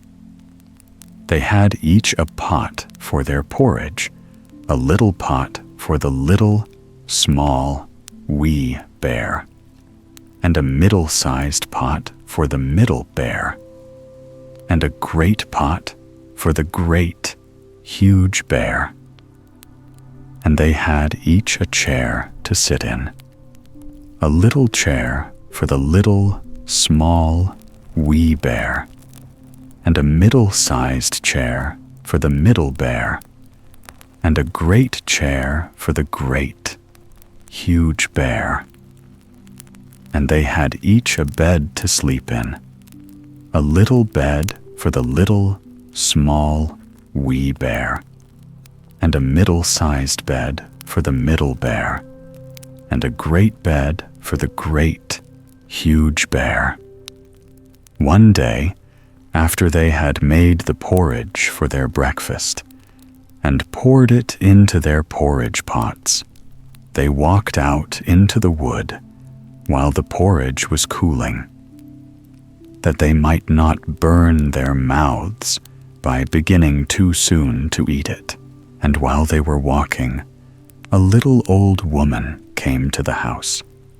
She could not have been a good, honest old woman, for first she looked in at the window, and then she peeped in at the keyhole, and, seeing nobody in the house, she lifted the latch. The door was not fastened, because the bears were good bears, who did nobody any harm, and never suspected that anybody would harm them. So the little old woman opened the door and went in. And well pleased she was when she saw the porridge on the table.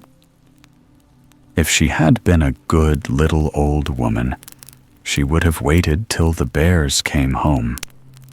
And then, perhaps, they would have asked her to breakfast, for they were good bears. A little rough or so, as the manner of bears is, but for all that very good-natured and hospitable. But she was an impudent, bad old woman, and set about helping herself. So first she tasted the porridge of the great, huge bear, and that was too hot for her, and she said a bad word about that. And then she tasted the porridge of the middle bear, and that was too cold for her, and she said a bad word about that too. And then she went to the porridge of the little, small, wee bear, and tasted that, and that was neither too hot nor too cold, but just right. And she liked it so well that she ate it all up. But the naughty old woman said a bad word about the little porridge pot, because it did not hold enough for her. Then the little old woman sat down in the chair of the great, huge bear, and that was too hard for her. And then she sat down in the chair of the middle bear, and that was too soft for her. And then she sat down in the chair of the little, small, wee bear, and that was neither too hard nor too soft, but just right. So she seated herself in it, and there she sat till the bottom of the chair came out, and down came she, plump upon the ground. And the naughty old woman said a wicked word about that too. Then the little old woman went upstairs into the bedchamber in which the three bears slept. And first she lay down upon the bed of the great, huge bear, but that was too high at the head for her.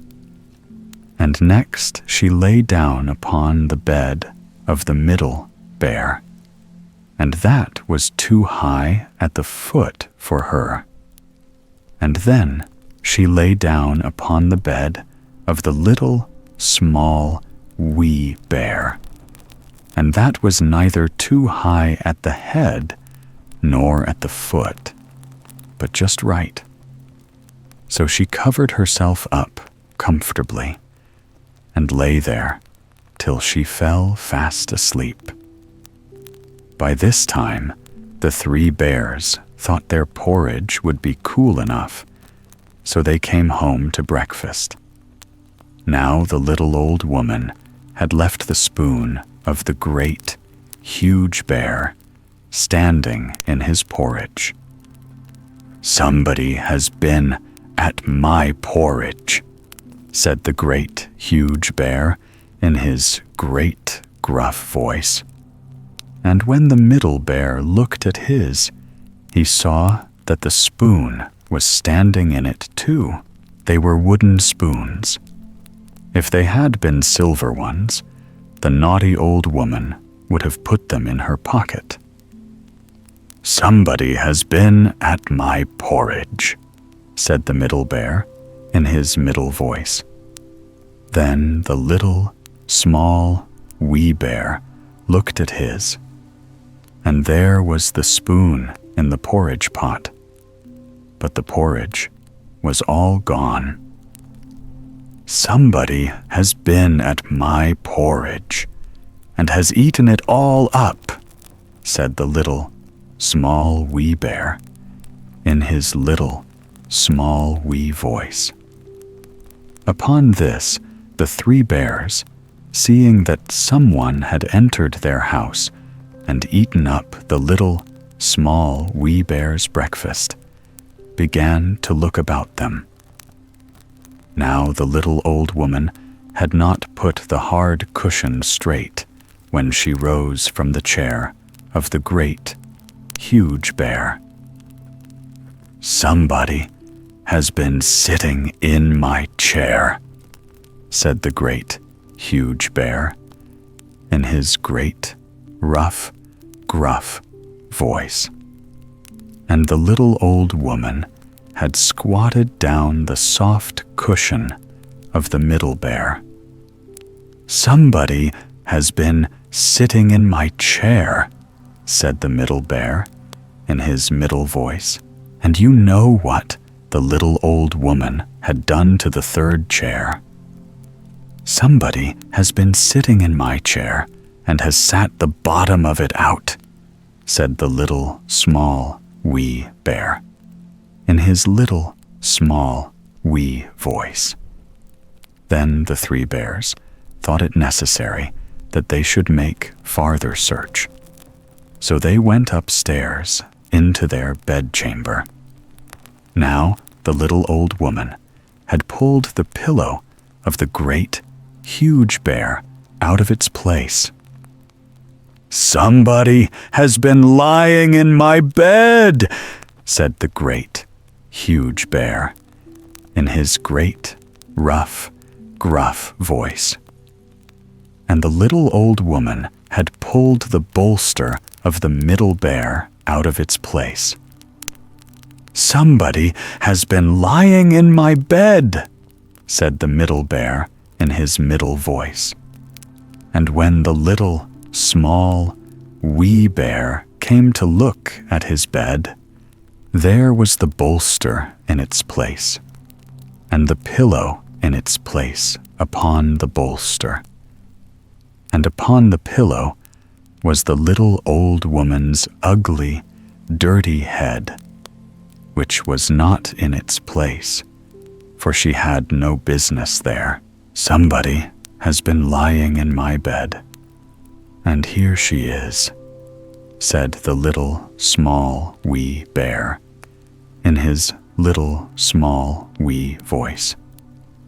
The little old woman had heard in her sleep the great, rough, gruff voice of the great, huge bear. But she was so fast asleep that it was no more to her than the roaring of wind or the rumbling of thunder. And she had heard the middle voice of the middle bear, but it was only as if she had heard someone speaking in a dream. But when she heard the little, small, wee voice of the little, small, wee bear, it was so sharp and so shrill that it awakened her at once. Up she started, and when she saw the three bears on one side of the bed, she tumbled herself out at the other and ran to the window. Now the window was open, because the bears, like good, tidy bears as they were, always opened their bedchamber window when they got up in the morning. Out the little old woman jumped. And whether she broke her neck in the fall, or ran into the wood and was lost there, or found her way out of the wood, and was taken up by the constable and sent to the house of correction for a vagrant as she was, I cannot tell. But the three bears never saw anything more of her. Spindle, Shuttle, and Needle. Once upon a time, there lived a girl who lost her father and mother when she was quite a tiny child. Her godmother lived all alone in a little cottage at the far end of the village, and there she earned her living by spinning, weaving, and sewing. The old woman took the little orphan home with her and brought her up in good, pious, industrious habits. When the girl was 15 years old, her godmother fell ill, and calling the child to her bedside, she said, "My dear daughter, I feel that my end is near. I leave you my cottage, which will at least shelter you, and also my spindle, my weaver's shuttle, and my needle, with which to earn your bread." Then she laid her hands on the girl's head, blessed her, and added, "Mind and be good, and then all will go well with you." With that, she closed her eyes for the last time, and when she was carried to her grave, the girl walked behind her coffin, weeping bitterly, and paid her all the last honors. After this, the girl lived all alone in the little cottage. She worked hard, spinning, weaving, and sewing, and her old godmother's blessing seemed to prosper all she did. The flax seemed to spread and increase, and when she wove a carpet or a piece of linen or made a shirt, she was sure to find a customer who paid her well, so that not only did she feel no want herself, but she was able to help those who did. Now, it happened that about this time, the king's son was making a tour through the entire country to look out for a bride. He could not marry a poor woman, and he did not wish for a rich one. "She shall be my wife," said he, "who is at once the poorest and the richest." When he reached the village where the girl lived, he inquired who was the richest and who the poorest woman in it. The richest was named first. The poorest, he was told, was a young girl who lived alone in a little cottage at the far end of the village. The rich girl sat at her door, dressed out in all her best clothes. And when the king's son came near, she got up, went to meet him, and made him a low curtsy. He looked well at her, said nothing, but rode on further. When he reached the poor girl's house, he did not find her at her door, for she was at work in her room. The prince reined in his horse, looked in at the window through which the sun was shining brightly, and saw the girl sitting at her wheel, busily spinning away.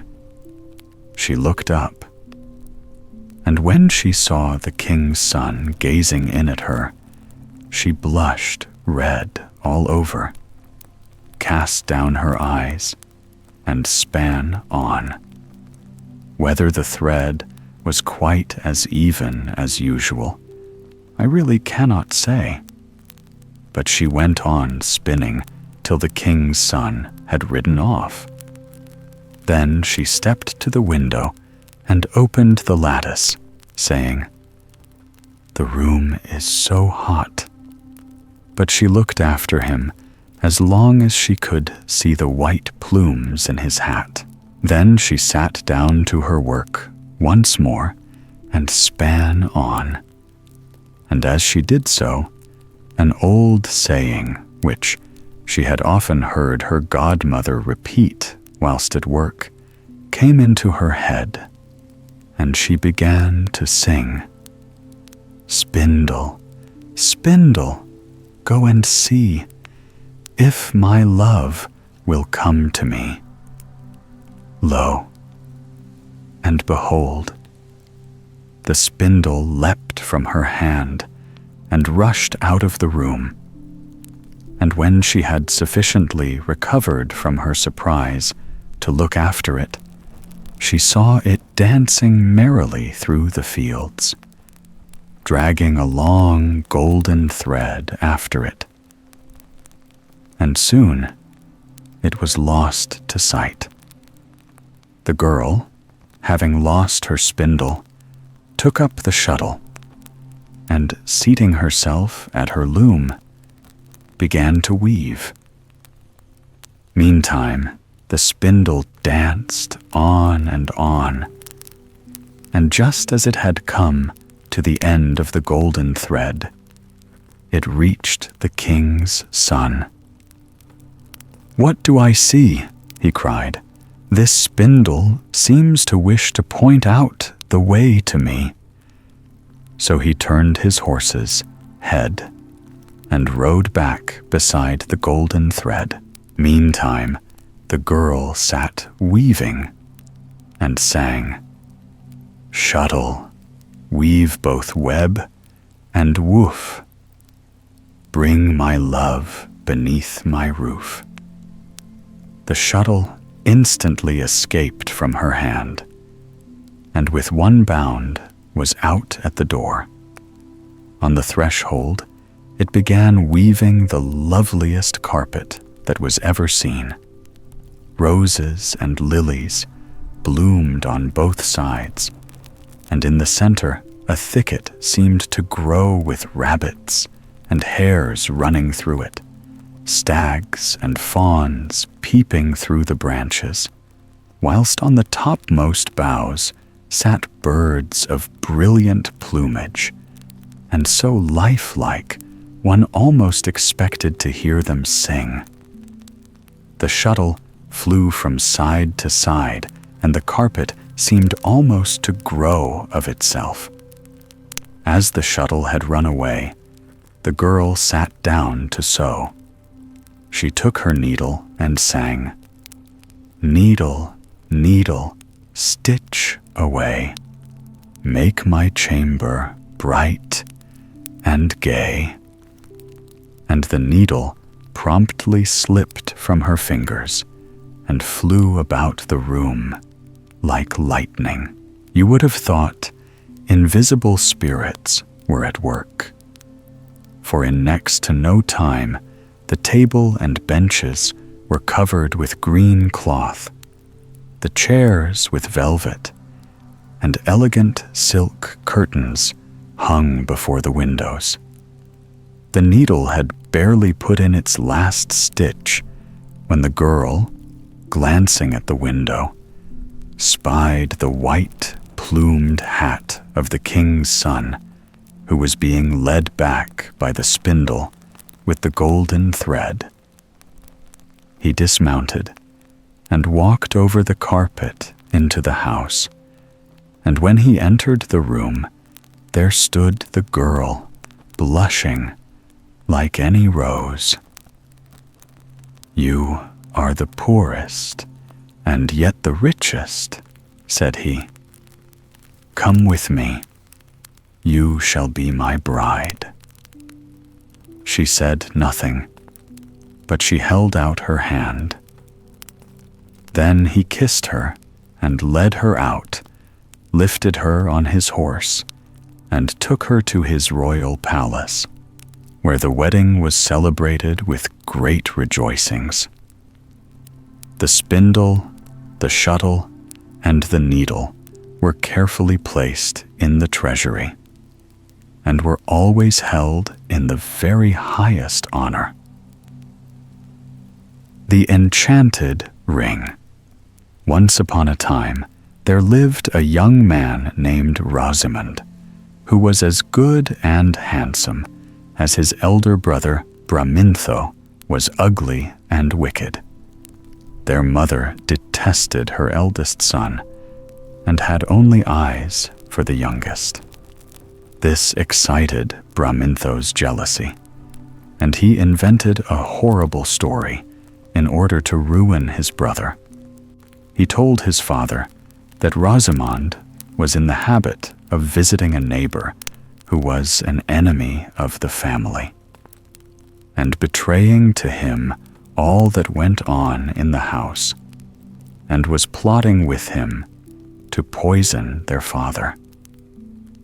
The father flew into a rage and flogged his son till the blood came. Then he threw him into prison and kept him for 3 days without food. And after that, he turned him out of the house and threatened to kill him if he ever came back. The mother was miserable and did nothing but weep, but she dared not say anything. The youth left his home with tears in his eyes, not knowing where to go, and wandered about for many hours till he came to a thick wood.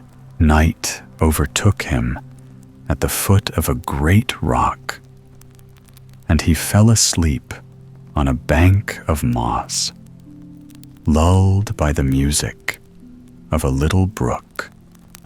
It was dawn when he woke, and he saw before him a beautiful woman seated on a gray horse with trappings of gold, who looked as if she were preparing for the hunt. "Have you seen a stag and some deerhounds go by?" she asked. "No, madam," he replied. Then she added, "You look unhappy. Is there anything the matter?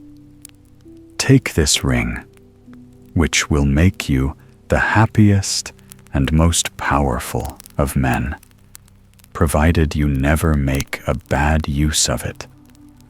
If you turn the diamond inside, you will become invisible. If you turn it outside, you will become visible again. If you place it on your little finger, you will take the shape of the king's son, followed by a splendid court. If you put it on your 4th finger, you will take your own shape."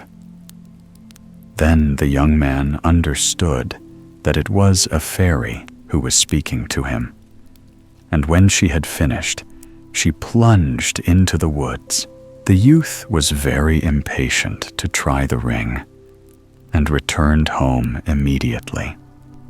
He found that the fairy had spoken the truth, and that he could see and hear everything, while he himself was unseen.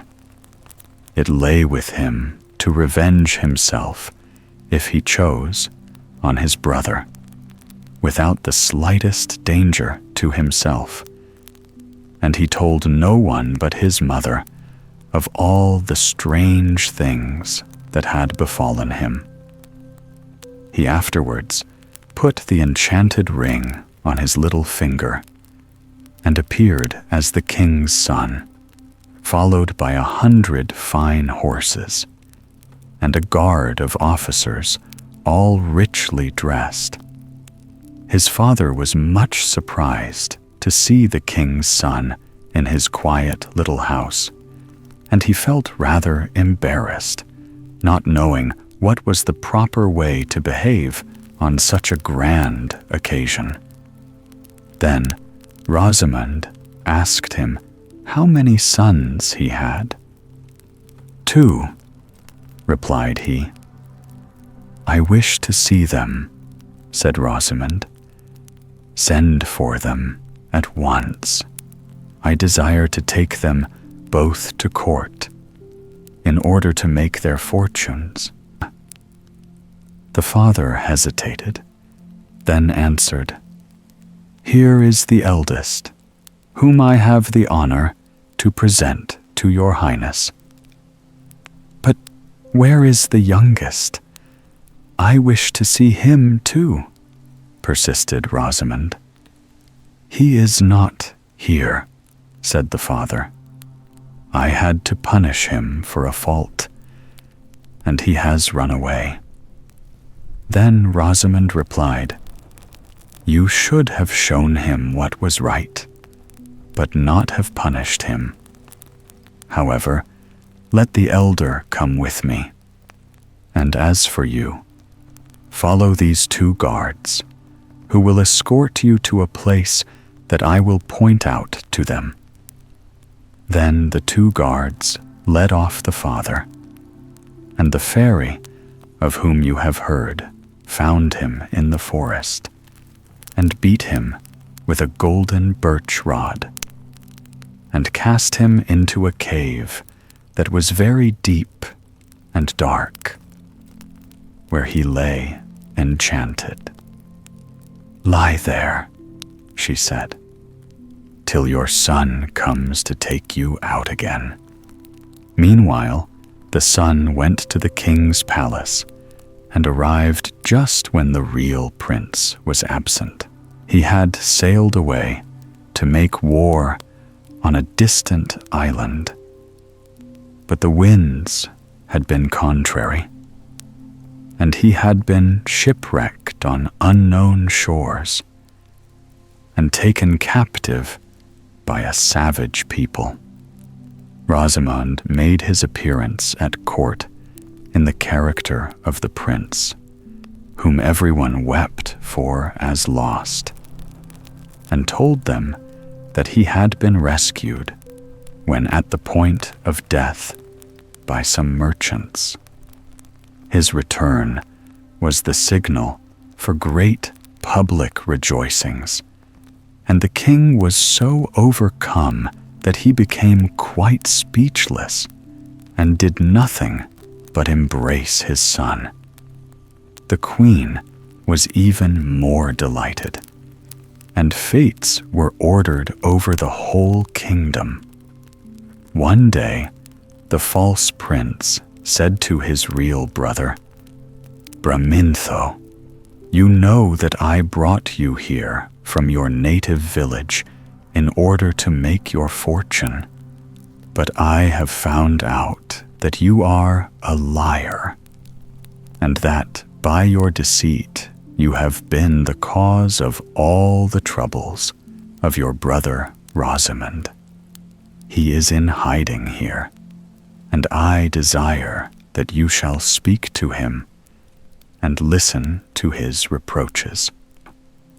Bramintho trembled at these words, and, flinging himself at the prince's feet, confessed his crime. "That is not enough," said Rosamond. "It is to your brother that you must confess, and I desire that you shall ask his forgiveness. He will be very generous if he grants it, and it will be more than you deserve. He is in my anteroom, where you shall see him at once. I myself will retire into another apartment, so as to leave you alone with him." Bramintho entered, as he was told, into the anteroom. Then Rosamond changed the ring and passed into the room by another door. Bramintho was filled with shame as soon as he saw his brother's face. He implored his pardon and promised to atone for all his faults. Rosamond embraced him with tears and at once forgave him, adding, "I am in great favor with the king. It rests with me to have your head cut off, or to condemn you to pass the remainder of your life in prison. But I desire to be as good to you as you have been wicked to me." Bramintho, confused and ashamed, listened to his words without daring to lift his eyes, or to remind Rosamond that he was his brother. After this, Rosamund gave out that he was going to make a secret voyage to marry a princess who lived in a neighboring kingdom. But in reality, he only went to see his mother, whom he told all that had happened at the court, giving her at the same time some money that she needed. For the king allowed him to take exactly what he liked, though he was always careful not to abuse this permission. Just then, a furious war broke out between the king, his master, and the sovereign of the adjoining country, who was a bad man and one that never kept his word. Rosamund went straight to the palace of the wicked king, and by means of his ring was able to be present at all the councils, and learnt all their schemes, so that he was able to forestall them and bring them to naught. He took the command of the army which was brought against the wicked king, and defeated him in a glorious battle, so that peace was at once concluded on conditions that were just to everyone. Henceforth, the king's one idea was to marry the young man to a princess who was the heiress to a neighboring kingdom, and besides that, was as lovely as the day. But one morning, while Rosamund was hunting in the forest, where for the first time he had seen the fairy, his benefactress suddenly appeared before him.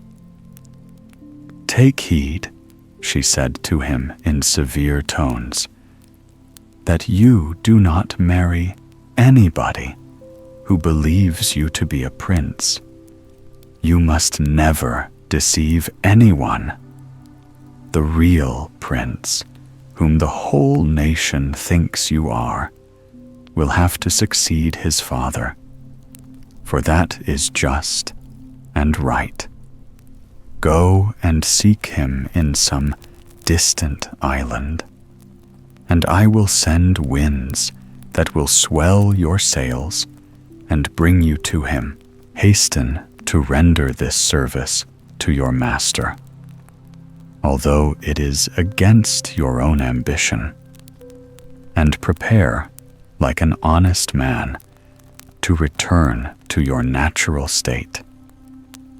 If you do not do this, you will become wicked and unhappy, and I will abandon you to all your former troubles." Rosamund took these wise counsels to heart. He gave out that he had undertaken a secret mission to a neighboring state, and embarked on board a vessel, the winds carrying him straight to the island where the fairy had told him he would find the real prince. This unfortunate youth had been taken captive by a savage people who had kept him to guard their sheep. Rosamund, becoming invisible, went to seek him amongst the pastures, where he kept his flock, and, covering him with his mantle, he delivered him out of the hands of his cruel masters, and bore him back to the ship. Other winds sent by the fairy swelled the sails, and together the two young men entered the king's presence. Rosamund spoke first and said, "You have believed me to be your son. I am not he, but I have brought him back to you." The king, filled with astonishment, turned to his real son and asked, "Was it not you, my son, who conquered my enemies and won such a glorious peace? Or is it true that you have been shipwrecked and taken captive, and that Rosamond has set you free." "Yes, my father," replied the prince. "It is he who sought me out in my captivity and set me free, and to him I owe the happiness of seeing you once more. It was he, not I, who gained the victory." The king could hardly believe his ears, but Rosamond, turning the ring, appeared before him in the likeness of the prince, and the king gazed distractedly at the two youths who seemed both to be his son. Then he offered Rosamond immense rewards for his services, which were refused, and the only favor the young man would accept was that one of his posts at court should be conferred on his brother Bramintho, for he feared for himself the changes of fortune, the envy of mankind, and his own weakness. His desire was to go back to his mother and his native village, and to spend his time in cultivating the land. One day, when he was wandering through the woods, he met the fairy, who showed him the cavern where his father was imprisoned, and told him what words he must use in order to set him free. He repeated them joyfully, for he had always longed to bring the old man back and to make his last days happy. Rosamond thus became the benefactor of all his family, and had the pleasure of doing good to those who had wished to do him evil. As for the court, to whom he had rendered such services, all he asked was the freedom to live far from its corruption. And, to crown all, fearing that if he kept the ring, he might be tempted to use it in order to regain his lost place in the world, he made up his mind to restore it to the fairy. For many days he sought her up and down the woods, and at last he found her. "I want to give you back," he said, holding out the ring. "A gift as dangerous as it is powerful, and which I fear to use wrongfully. I shall never feel safe till I have made it impossible for me to leave my solitude and to satisfy my passions." While Rosamond was seeking to give back the ring to the fairy, Bramintho, who had failed to learn any lessons from experience, gave way to all his desires, and tried to persuade the prince, lately become king, to ill-treat Rosamond. But the fairy, who knew all about everything, said to Rosamond, when he was imploring her to accept the ring, "Your wicked brother is doing his best to poison the mind of the king towards you, and to ruin you. He deserves to be punished, and he must die. And in order that he may destroy himself, I shall give the ring to him." Rosamond wept at these words, and then asked, "What do you mean by giving him the ring as a punishment? He will only use it to persecute everyone and to become master." "The same things," answered the fairy, "are often a healing medicine to one person and a deadly poison to another. Prosperity is the source of all evil to a naturally wicked man. If you wish to punish a scoundrel, the first thing to do is to give him power.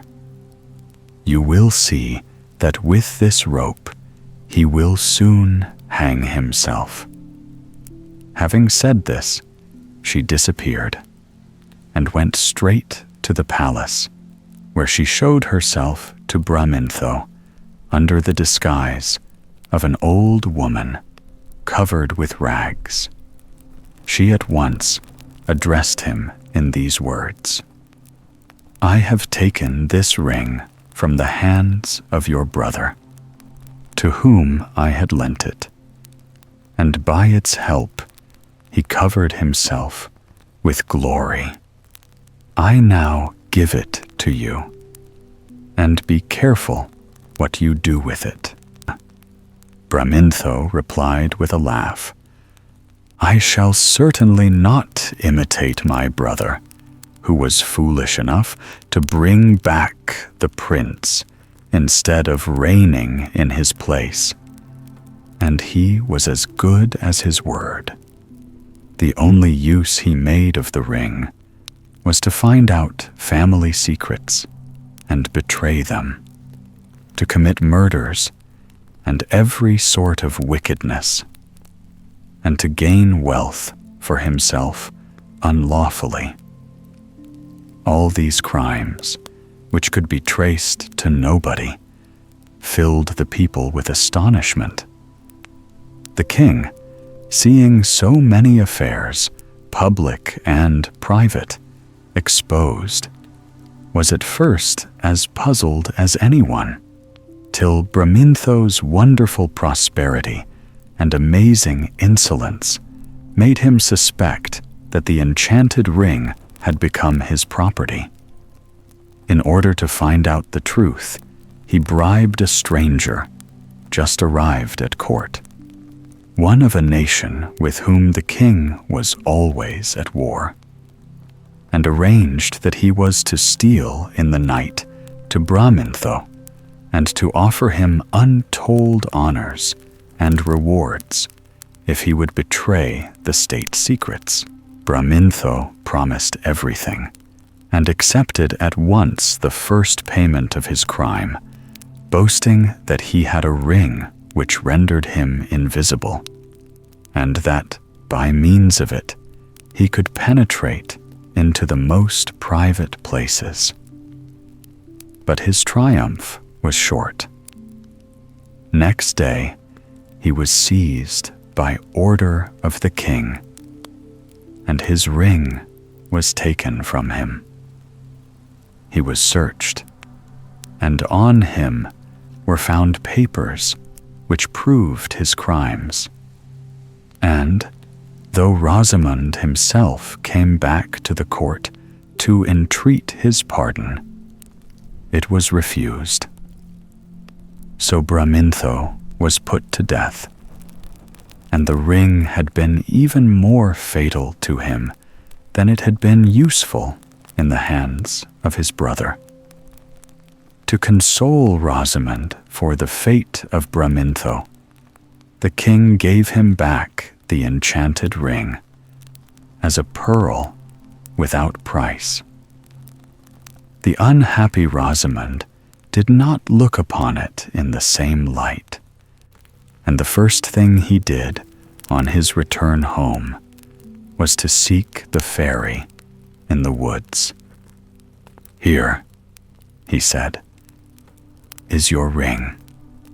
My brother's experience has made me understand many things that I did not know before. Keep it. It has only led to his destruction. Ah, without it, he would be alive now, and my father and mother would not in their old age be bowed to the earth with shame and grief. Perhaps he might have been wise and happy if he had never had the chance of gratifying his wishes. Oh, how dangerous it is to have more power than the rest of the world. Take back your ring, and as ill fortune seems to follow all on whom you bestow it. I will implore you, as a favor to myself, that you will never give it to anyone who is dear to me. Fenelon.